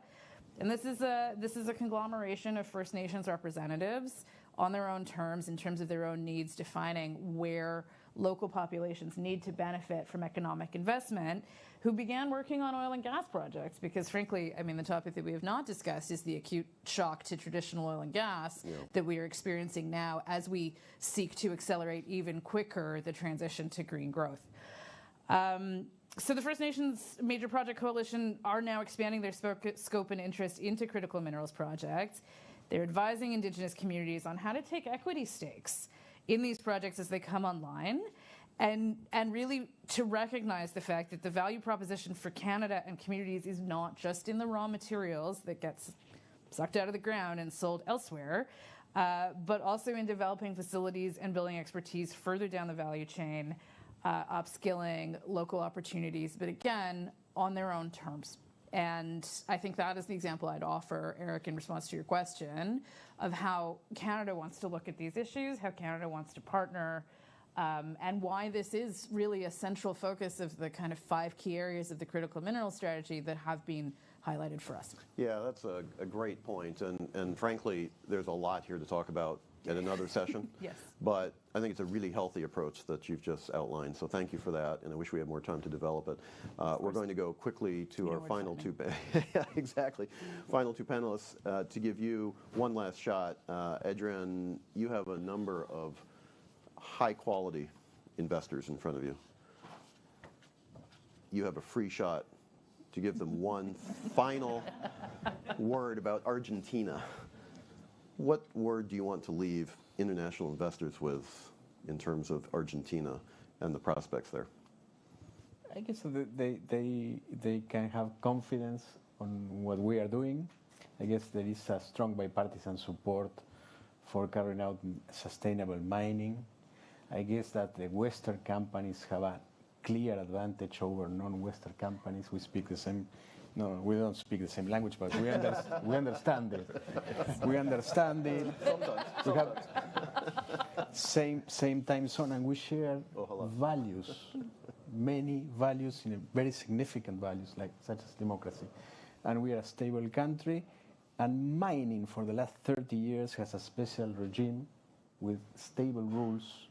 And although you can have that, our macroeconomic framework is always on the rocks, or almost, the mining sector, and the companies know that, have a stable framework. The money which is invested in Argentina can send out because it's a specific regime.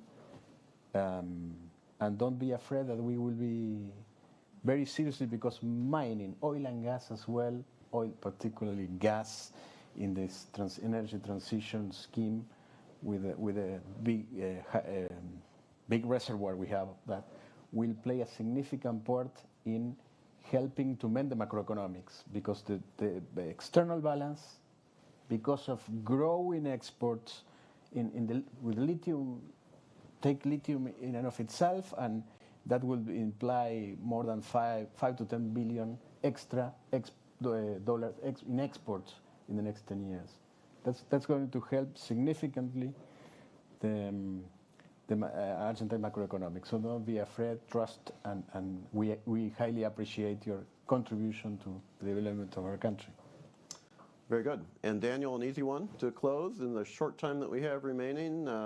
Give us a sense of the timeline, if you can, on APEP. I know I'm putting you on the spot, but it is the pregnant question that we're all anxious to know. Or let me ask it differently.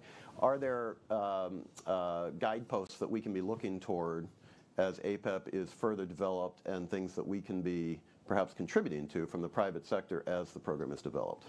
Yes. So I think you will be hearing more about APEP in the near future. You're not going to hear everything you want to know. We won't know everything that you want to know, but you will start to hear more about it. So, and part of that will be very much an interest in getting input from, as I say, a wide range of stakeholders, including the sort of people here, to help us shape individual initiatives.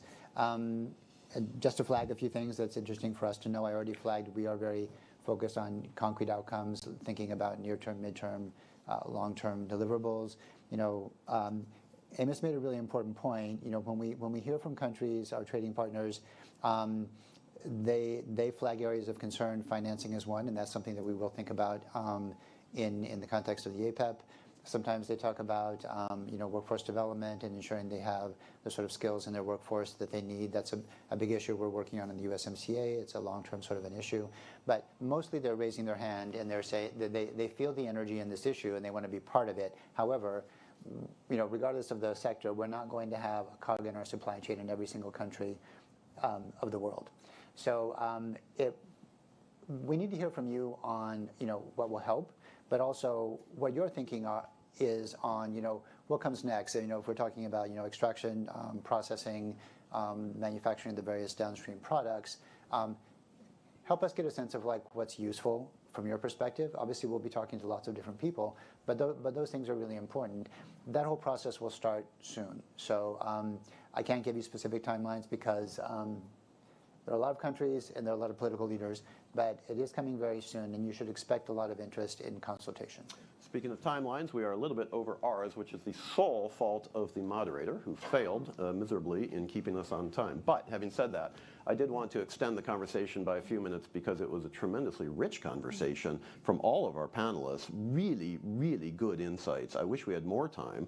Hopefully Silverado and Principal to Principal will invite us back, at least the panelists, and for a continuation of these conversations. One final item of business, if I could please ask all of you to join me in thanking the panelists for their terrific conversation this morning.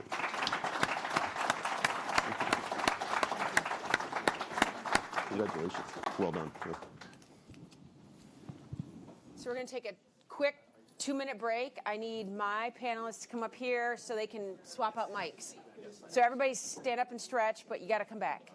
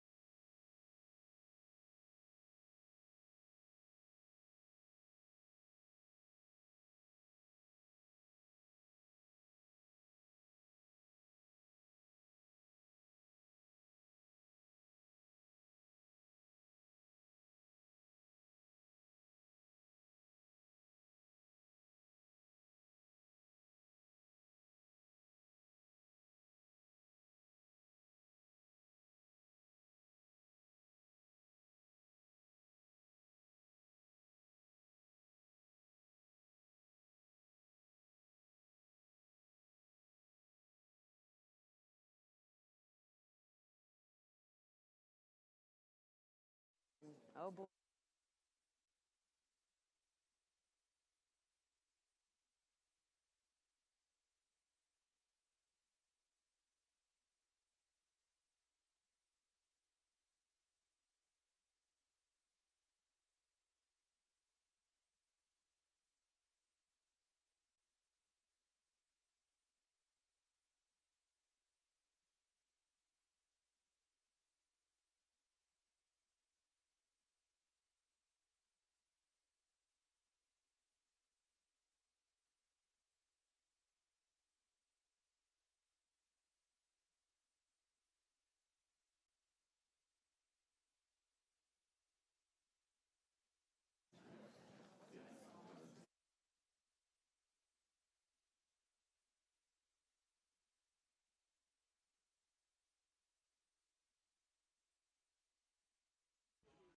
Okay, everybody, would love for you to They'll take turn your you on. seats so we can get our private sector panel going.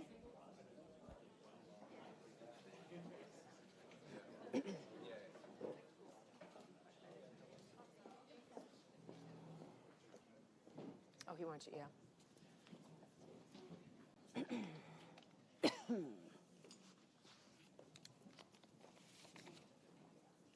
And we promise that we are going to give you more break after this panel for more coffee and more to eat. And more networking. Excellent.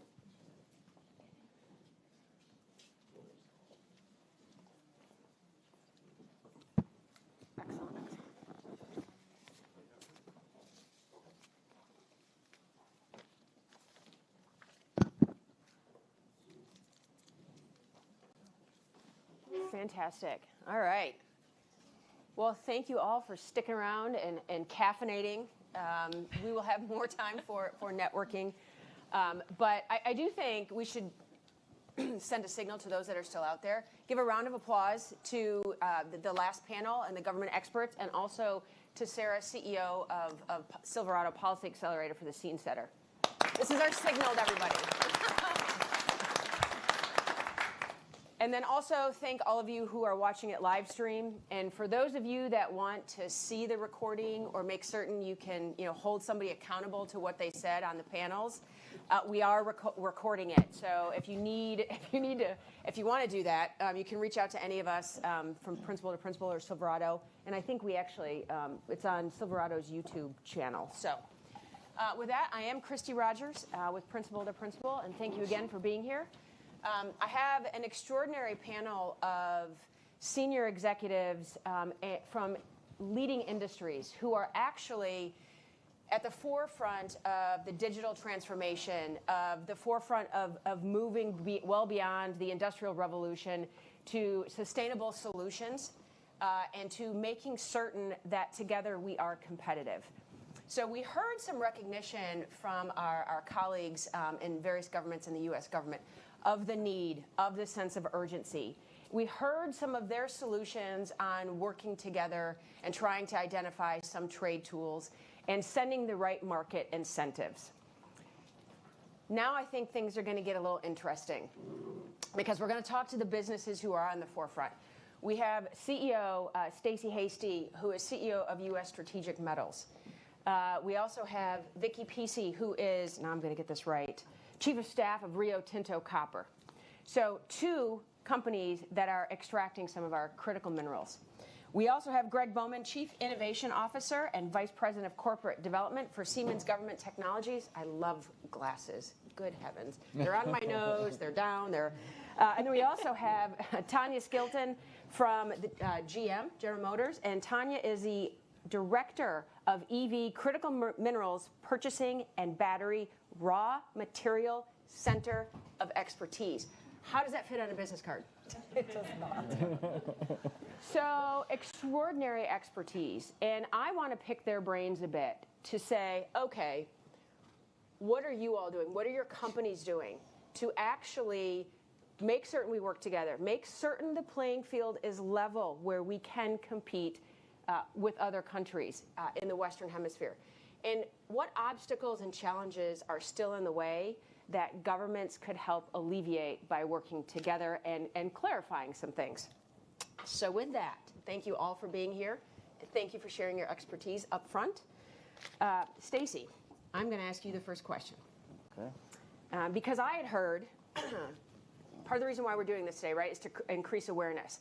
I heard from Amos in the White House today that we don't do any cobalt processing in the United States.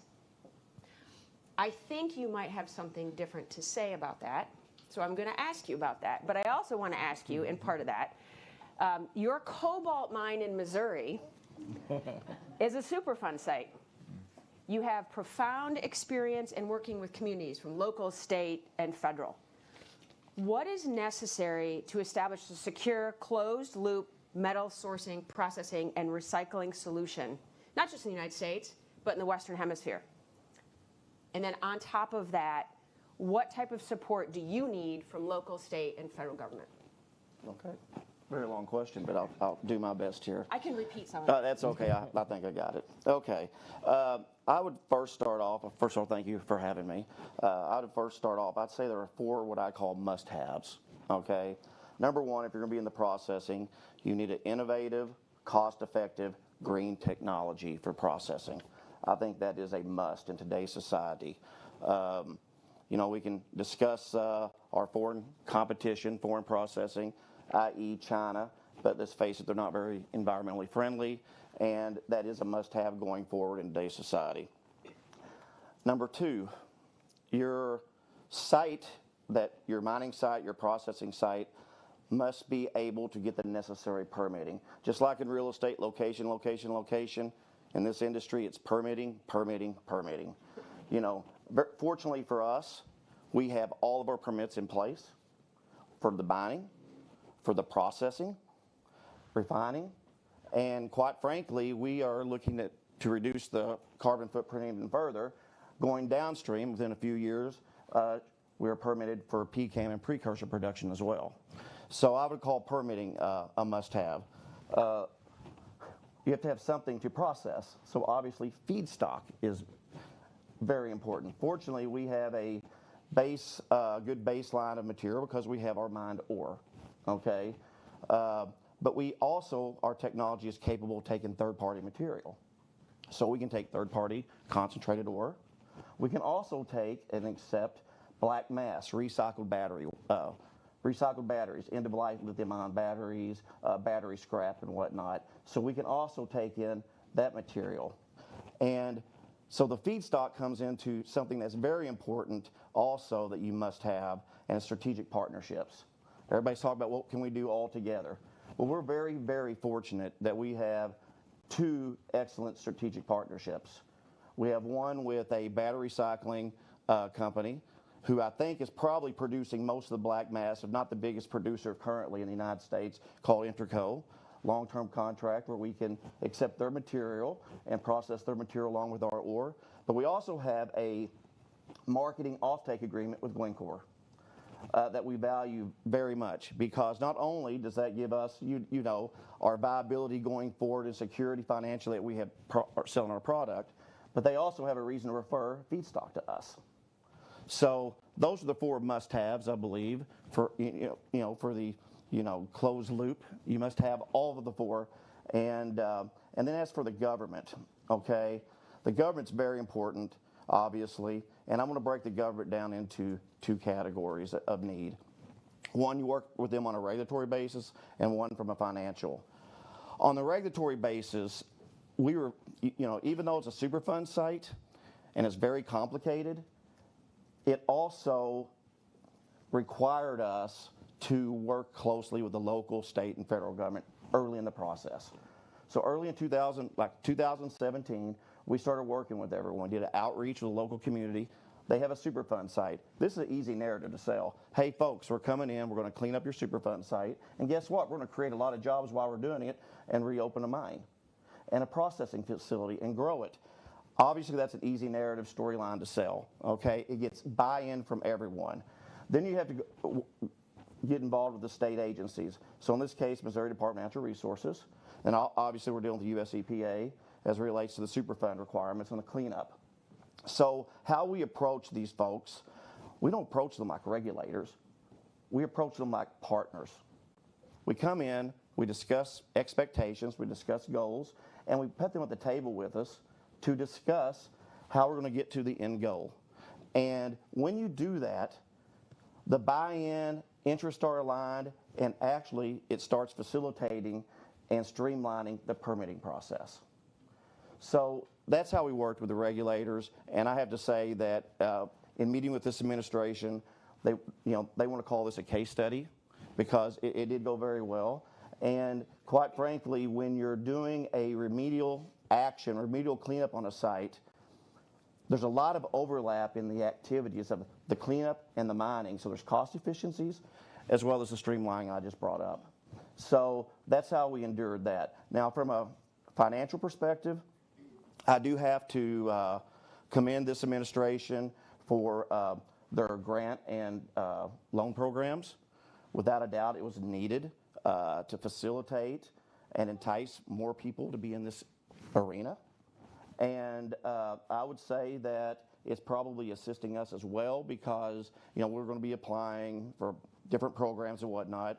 If it wasn't for programs like this, our capacity would take, to get to full capacity and continue to grow the capacity might take 8 to 10 years. Now we can probably do it 2 to 4 years.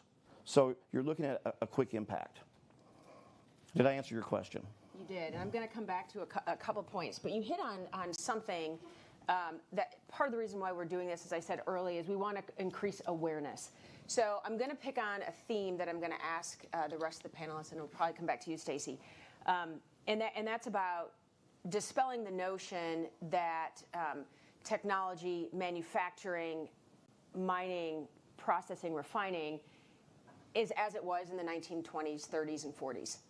We have made a lot of improvements. Your companies are leading and on the cutting edge of some of this and implementing some sustainable practices. And when you heard from the governments, actually all 4 of them today, it's about working with partners who have the same values. So when it comes to that, I think I'm going to go to Vicki. Vicki, you're with Rio Tinto, President or Chief of Staff of Rio Tinto Copper. So what are some of the obstacles to developing or relocating, even, I should say, reshoring or regionally diversifying some refining and processing to either the United States or anywhere else in the Western Hemisphere? What are some of those obstacles that you're facing, and what are some of the things that Rio Tinto is doing to make it known that you have implemented some improvements, that there are some sustainable solutions, that there are some greener solutions? And one last point, that by doing it in the Western Hemisphere in the United States, doing it mining and processing, we can actually have less of a environmental footprint than in some other countries that don't have the same values. Right. Very long question, sorry. No, thank you very much. Thanks, Christy, for having me here today. And I think just by way of introduction, obviously Rio Tinto is the 2nd largest diversified global mining company. But a little closer to home here, we are the largest producers of refined metals, critical minerals, and strategic materials. With our footprint in Canada and the United States. We have 20,000 employees, the majority of which are unionized, and our product comes here mostly for the U.S. domestic market. So, so much about mining, but a lot more about smelting, refining. These are metals manufacturing, so we produce everything from copper to aluminum to titanium borates. And then through those processes, able to, as co-products of our base metals, get critical minerals, rare earths, and strategic materials. So it's hard to imagine building large-scale new processing and refining capacity that we have today, but we can do brownfield expansions of existing. And so what you need, and I'll touch on something that Stacy had said earlier, is certainty of supply. So those raw materials, we can expand smelters, we can expand refineries. Those are very, very large, hundreds of millions to billions. But you need that certainty of raw material and supply coming in. And so that's kind of a constraint. Power, right? The location of where you are located. These are very power-intensive industries. So we have our aluminum refineries in Canada draw on renewable baseload of power. And then, of course, in the Western U.S., solar, right? And we can expand that, and it's very cost competitive. And talent. So there was a time when the United States had 12 copper smelters. We've got 2 that run, and we have one of them. Freeport has the other. And so what do you do so there's really 2 things. If I look at something Stacey said earlier, permitting. We aren't going to bring in copper concentrate from Chile. It's just not cost competitive. But when you do have new supply and you have it in the United States, we have the framework. We have the best regulatory standards. We have the gold standard from, NEPA offers a framework for 2-way dialogue with stakeholders. And so looking at agencies as partners, just what Stacey had said, looking at engaging on before a permitting process starts, what are the resources the agency needs, getting the right baseline of information, engaging local communities. We've got a new copper project in Arizona. It's in the clean copper triangle. It is in the footprint of an existing mine, so it's a large brownfield expansion, but spending time with the 12 agencies, 6 communities on our doorstep, and the 11 Native American tribes that have ancestral ties to the land. Long time before that, and then this framework facilitates this 2-way dialogue. Many changes have been made. Many voices are shaping the outcome of this project to the benefit, right, of many. Transparent, open, so we should be proud of our processes. And then I just say in terms of the partnership, not only in permitting, but with governments on some of these brownfield expansions. Obviously, we're talking hundreds of millions to billions. So a great example we have is we've just recently invested in our titanium scandium facility in Canada. And we've put $500 million into that. And then the Canadian government has pitched in about $200 million. And so we will be decarbonizing it with a new blue smelting technology. It'll be 95% reduction in greenhouse gas. At the same time, we will quadruple scandium production, titanium powders, and titanium metal, right? So I'll be able to do that all in one when you're able to partner together. Yeah, no, that's excellent. Thank you so much. And it is a lot of what you're doing. It's important to communicate that, right, as you are doing, so you don't run up into sort of this not in my backyard because the mining as it used to be in the refining and processing. You also hit on something on certainty that Stacey hit on too, and certainty of supply, certainty of sourcing. And Tanya, I'm going to go to you as a executive, leading executive within General Motors, specifically responsible for the purchasing, right, of the critical minerals that go into electric vehicle batteries. How are you tackling the sourcing of these critical minerals for your company and meeting the demand that is surging in electric vehicle batteries? It's a good question. It is a full-time question and obsession, which is appropriate given the mission that we're on. So maybe I'll start with tooting our horn a little bit and then describe how that came about and how we did it. So General Motors at this point is secure and fully sourced for all of our critical raw materials for electrification through 2025. And that means that we're going to be able to produce up to 1 million vehicles a year, EVs a year, by 2025. And that is a particular accomplishment for the team that's been working on this mission for a while that we're really, really proud of because it underlines the strategy that we have. So obviously we take critical minerals and electrification very seriously. GM as a company has committed that all new vehicle sales by 2035 will be electric. We're starting with the 1 million by 2025, half of our car park by the end of the decade, and then 100% by 2035. And knowing what we talked about earlier in terms of the demand-supply imbalance and right supply imbalance, we know that this is a critical mission. It could be a single point of failure for anybody seeking to electrify. So we take it very seriously, but we're also very strategic about it. A very large company like ours, so our current car park is about 4 million vehicles a year in North America that we sell. So that's a huge amount to cater for. So being strategic about it, we've put together, it starts with organizational commitment to getting this right, to figure out what the strategy needs to be, to find the sources, and then to engage with them in the right way so that we're participating in actually building out that supply chain in the right locations, with the right ESG footprint, with the right cost points for our ultimate customers. We're seeking for it to be secure, scalable, and sustainable. And all three things are critical. And I was talking with someone offline earlier today about how do we prioritize? We've got to prioritize so that this supply chain can come in place. We don't think that we need to compromise on sustainability or, of course, scalability, otherwise the business falls apart, and security. So those three things kind of have to go together.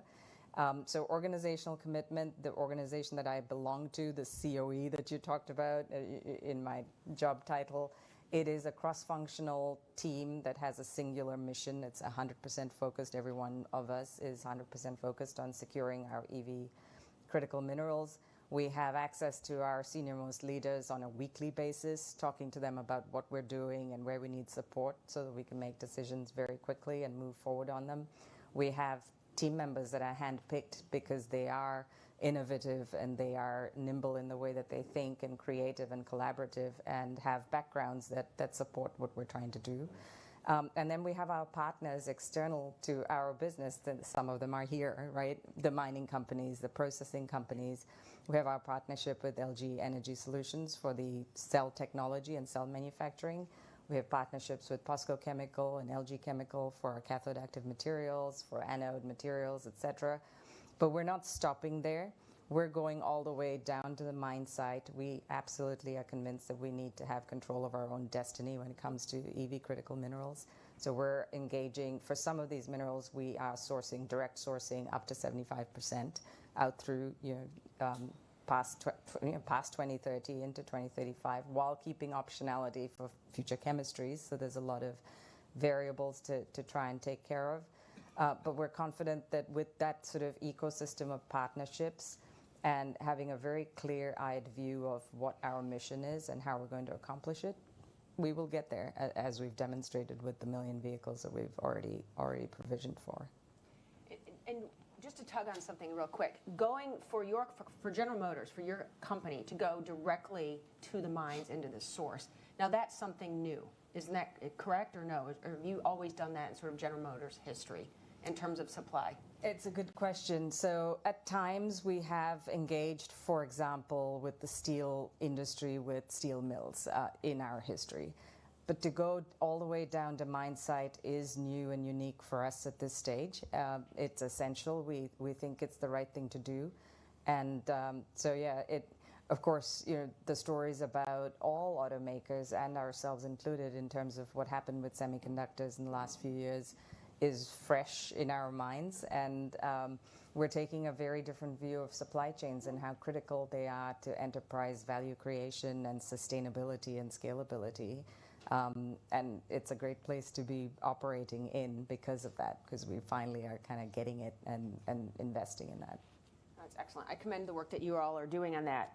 And going also to Siemens, a major manufacturer of numerous critical goods. I mean, everything from large-scale energy products to trains to medical equipment to permanent magnets and numerous things that governments are your customers as well as industry and us as consumers. And one particular customer that you have is Department of Defense, U.S. Department of Defense.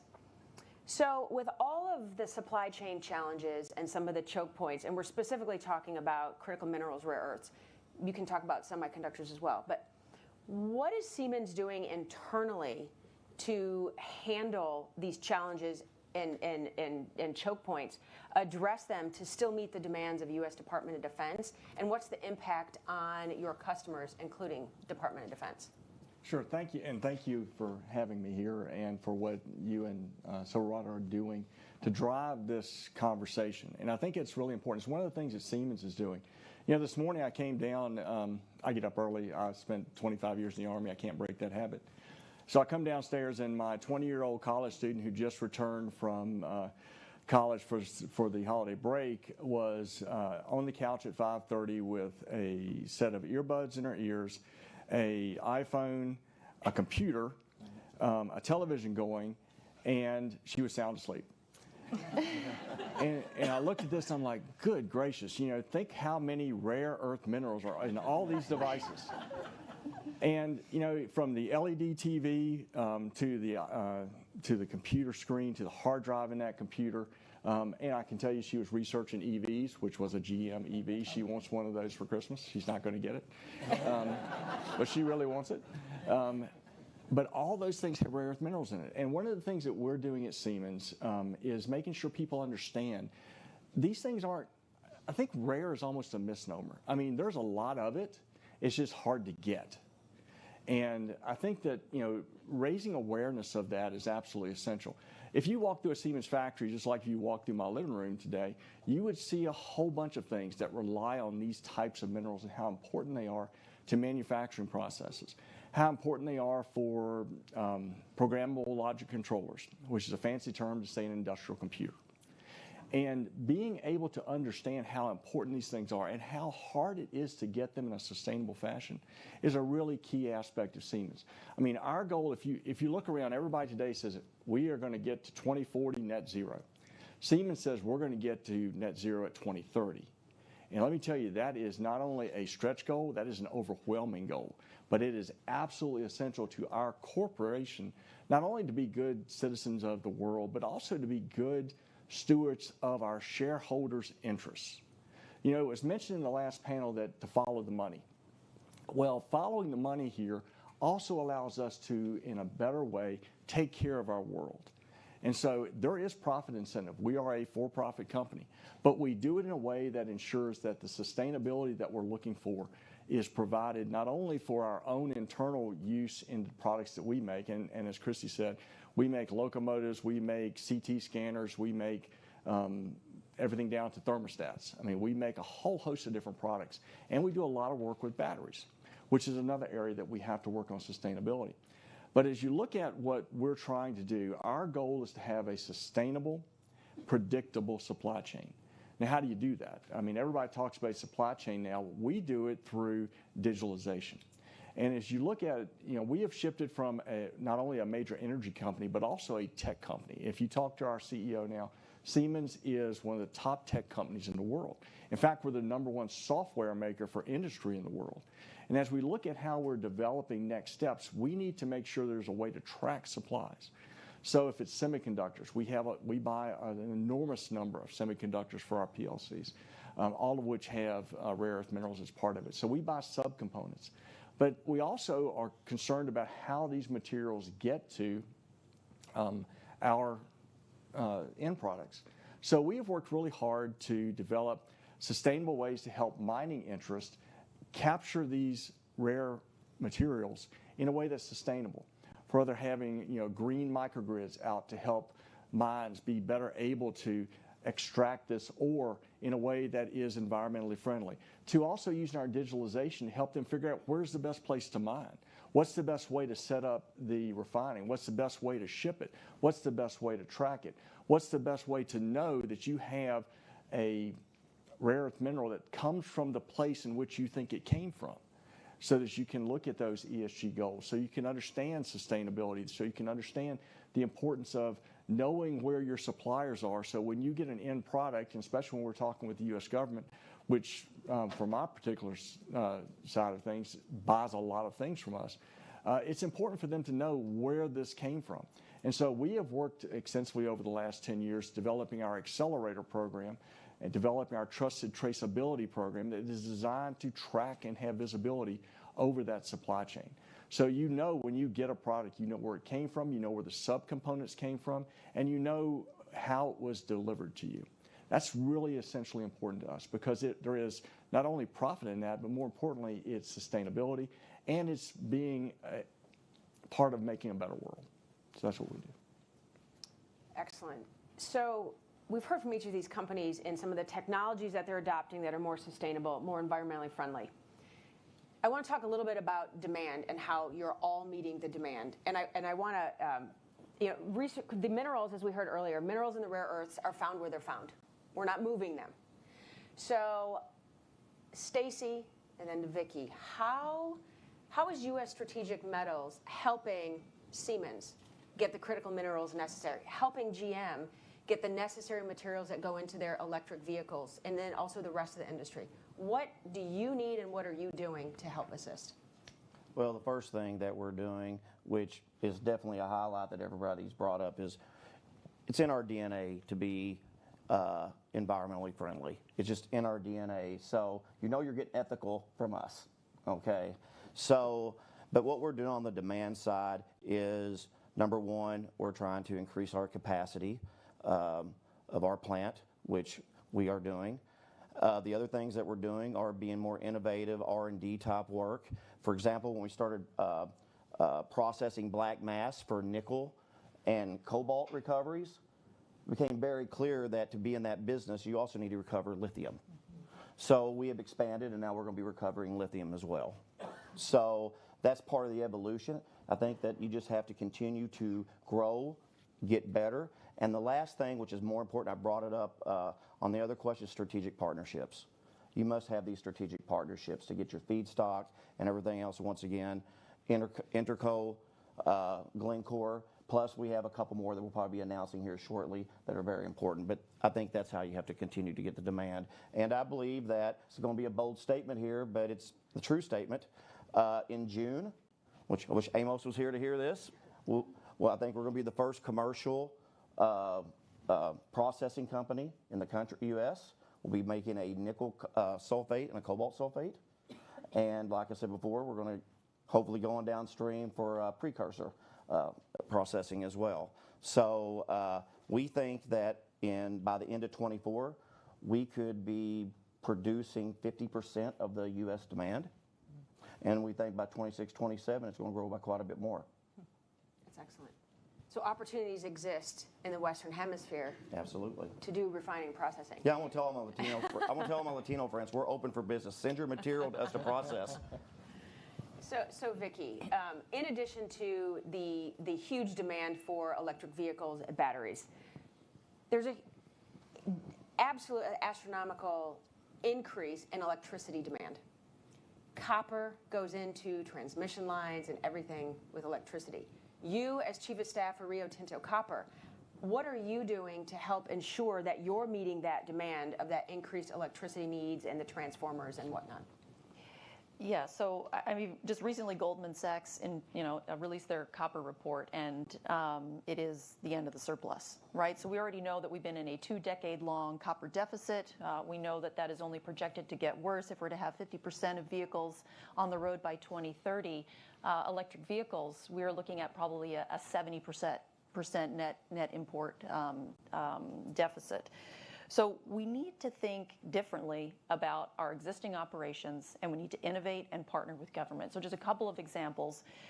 In the U.S., we have a lot of mines. They're old, right? 100 years, grades are declining, but we can still squeeze value, every little drop we can out of these things, and think a little bit more long-term than short-term. So we're just investing $1.5 billion to look at a multi-year expansion of our Bingham Canyon mine in Utah. And this has not just copper, but it has about a dozen critical minerals and strategic metals that we can produce. These are things that we thought of as waste. I mean, it's only been 2 years, really, that the U.S. government has kind of created this market for critical minerals. We've been throwing these things away. We actually can be recovering them as byproducts and co-products of our base metal operations. As grades decline, you have to sort of think of what else. We talked a little bit about new supply and underground. That's really one of the waves of the future. So within the Bingham Canyon mine, we've just recently invested $55 million to bring on new supply of copper. So we've got an underground mine, so we're going underground for the first time in almost 100 years. This is within the footprint of our existing mine. So again, new supply of copper, critical minerals. And the best thing, it's not good enough that we produce the metals needed for the electrification. We have to electrify our business as well, right? We've got similar standards, right? Net zero by 2050. I think you can probably shame us to do a little bit better than that, right? But we're doing it with battery electric vehicles. So underground gives the opportunity to electrify better. It also has far less water intensity. So underground mines per pound of copper use far less water than open pit, right? We don't have the large amounts of water that we need to use. So with that, you're able to do something better. And one example is again at our Kennecott operation, because we have been more efficient, we are now able to put 20,000 acre-feet per year of water. That's a large amount of water, in partnership with the Nature Conservancy, Audubon, back into the Great Salt Lake. Great Salt Lake is one of the critical migratory bird stopover areas. It is rapidly declining. It is also what is responsible for the big snowpack on the Wasatch Front, which fuels the ski industry. So we have to care about nature, and I think that mining companies have lots of sources of water to put back in the environment, not only for communities, but for nature. And then lastly, we have to innovate. And so we're really proud of a new technology we've produced called Newton. It's been decades in the making, but it goes after low-grade, complicated copper ores. We can also extract copper out of waste rock, out of tailings. And so we've done 2 investments in the US in old mines. One is in Arizona, called Arizona Sonoran. It's the Casa Grande pit. And the other one is the Lion Copper and Gold, which is in the Yarrington Superfund district. So similar to Stacy, we're investing in Superfund sites. So no new footprint, no new disturbance. We projected to squeeze out, lots of new copper, low water, low carbon, and then at the same time clean up an eyesore that has existed in people's backyards for decades. So that's what we're doing. That's excellent. So Tanya, are there additional partnerships that you see working with other industries or across industry that could help working with or balancing geopolitical and economic and also environmental issues? And I'll just say, we heard from the governments that they're sending signals to industry and market signals. And industry is like, please don't touch us, right? Manufacturing industry. So in your working relationships and working so closely with the mines and other industries, what suggestions or advice do you have, or are there other areas that you could partner? Absolutely. Ultimately, partnerships is what produces value and does it in the right way, where you're consulting stakeholders and working together. So absolutely. I'm just going to spend 2 seconds chuckling about and sharing why I'm chuckling about why this is a great question and why I'm so excited to sit next to Vicky. So I worked at Rio Tinto for 13 years. And so I have this most bizarre sort of resume where I have more than a decade in automotive collectively between GM Part 1 and GM Part 2, and more than a decade at Rio Tinto as well. And so my role currently even more is like, okay, you were genetically modified for this, but which is great. But the reason I'm bringing it up is, so when I first went to Rio Tinto, it was because the company was looking for people that had spent time building purchasing and supply chain expertise in automotive, because that was a time when mining was recognizing that they needed to improve on that particular discipline.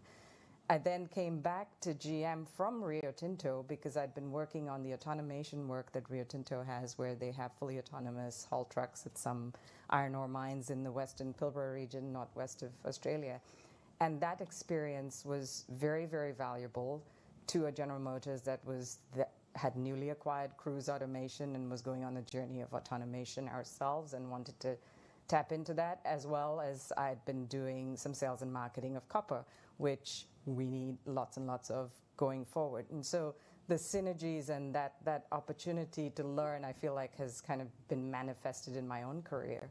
But what we're doing now, I'll give you an example of what GM is doing now in terms of partnerships that are maybe not obvious. So we have a partnership with GE. We probably should have one with Siemens. Okay, good. Where we're going after rare earth elements together. The purpose of the partnership is we recognize that they need them, we need them, and that the supply chain, they're only rare because they're hard to extract, maybe. Sometimes they're smaller deposits, and bringing them to market at commercial scale is the real challenge. And to partner up as customers together, we think we can do more to stimulate that supply chain and its development. So that's one example. There's other things. Greg touched on it a little bit in terms of transparency and tracking your materials and where they come from and knowing the provenance of them. Blockchain technology is something that is going to help various companies and people in this ecosystem that are consumers of critical minerals understand the provenance of their materials, where they came from, the environmental footprint they've left behind, who worked on them, specifically what kind of labor practices are associated with them, all of that, and be able to have, potentially ultimately an ability for a vehicle purchaser, your daughter, hopefully, maybe not Christmas, but maybe early next year. I'm going to advocate for her to be able to look at a label and be able to know where her minerals came from that are in that vehicle. That would be an amazing outcome. And for that type of thing to be true and to happen, it can't happen without partnerships along that whole value chain. And then absolutely there's a role for governments in there. The Inflation Reduction Act came about kind of halfway through the year. And for General Motors, it was a time for high fives and for us to say our strategy is being validated and we just need to keep going with what we already had planned to go get. So having that kind of affirmation and support that is very tangible is also very much appreciated. Excellent, thank you. All right, I just got the high sign that I've got one last question. It's going to go to Greg, and then I'm going to do a lightning round. So I'm going to ask each of you to just say one thing that you want to make certain that everybody is aware of about your company and your efforts. So, Greg, I'm going to pull the thread a little bit because you have extraordinary experience inside the government with the Department of Defense and leadership there, as well as working with Siemens and being the Chief Innovation Officer. So on the aspect of partnerships, to meet the demand and address the vulnerabilities, to regionally diversify our supply chains, what would you say is necessary from industry to work with government to tell them what you want and what you don't want? No, and that's an excellent question because that is one of the things that having been on both sides now with the government and with industry, just the ability to go in and say, here is what we are working on. For example, Siemens spends $1 billion every year just on research and development across our entire portfolio. It'd be really good if we can hear from government what it is they're working on or what it is their gap is in order that we can direct our research and development to fill that gap. I mean, that's something that I think is really important. When I was in government, I didn't understand how important that is because, honestly, there's not enough money that can be given to the Department of Defense to get to the innovation that they need in order to meet the challenges that they have. They're going to have to leverage their OEMs. They're going to have to leverage their industry partners. We, for example, work with virtually every OEM that supplies DoD, whether you're talking about aircraft or vehicles or weapon systems. We produce the software that helps them digitally transform their manufacturing operations, just like we did ours, so they can make those things better, faster, and more affordable for the nation's defense. And I think being able to have government as part of that process, where they're able to be in the trenches with their engineers, working side by side in a digital environment.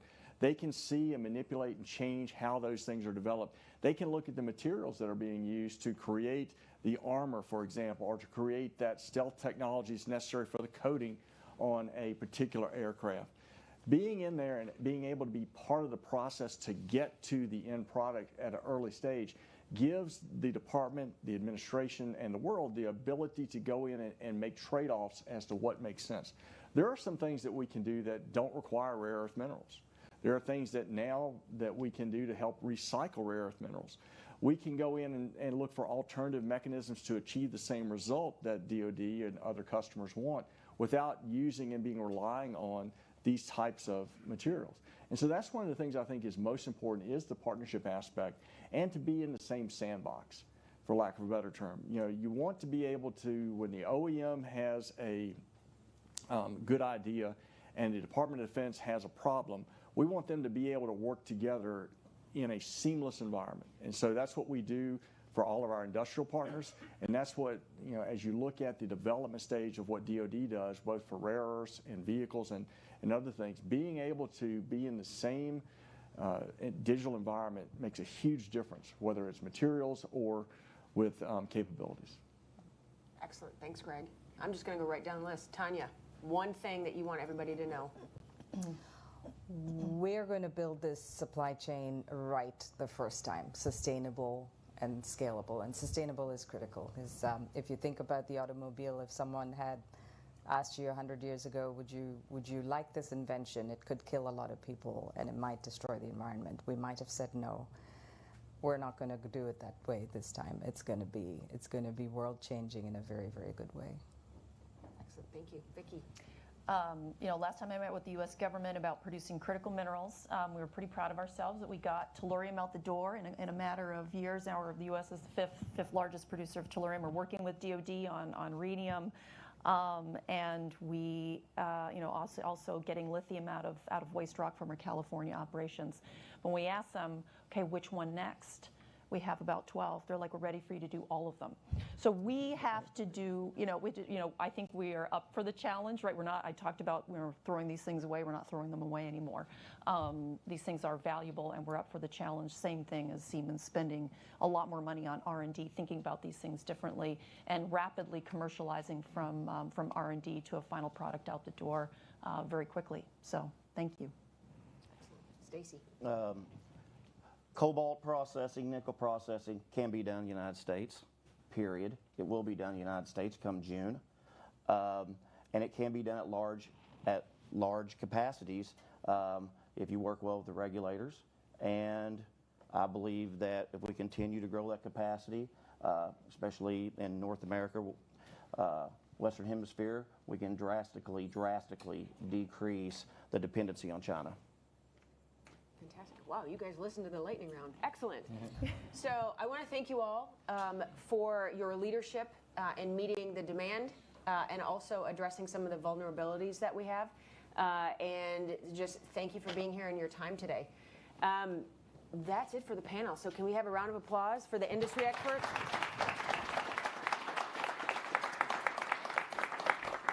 We're going to do a very short networking break because we need to get to our breakout sessions. So everybody's got a color code on their name tags. My name tag is somewhere over here.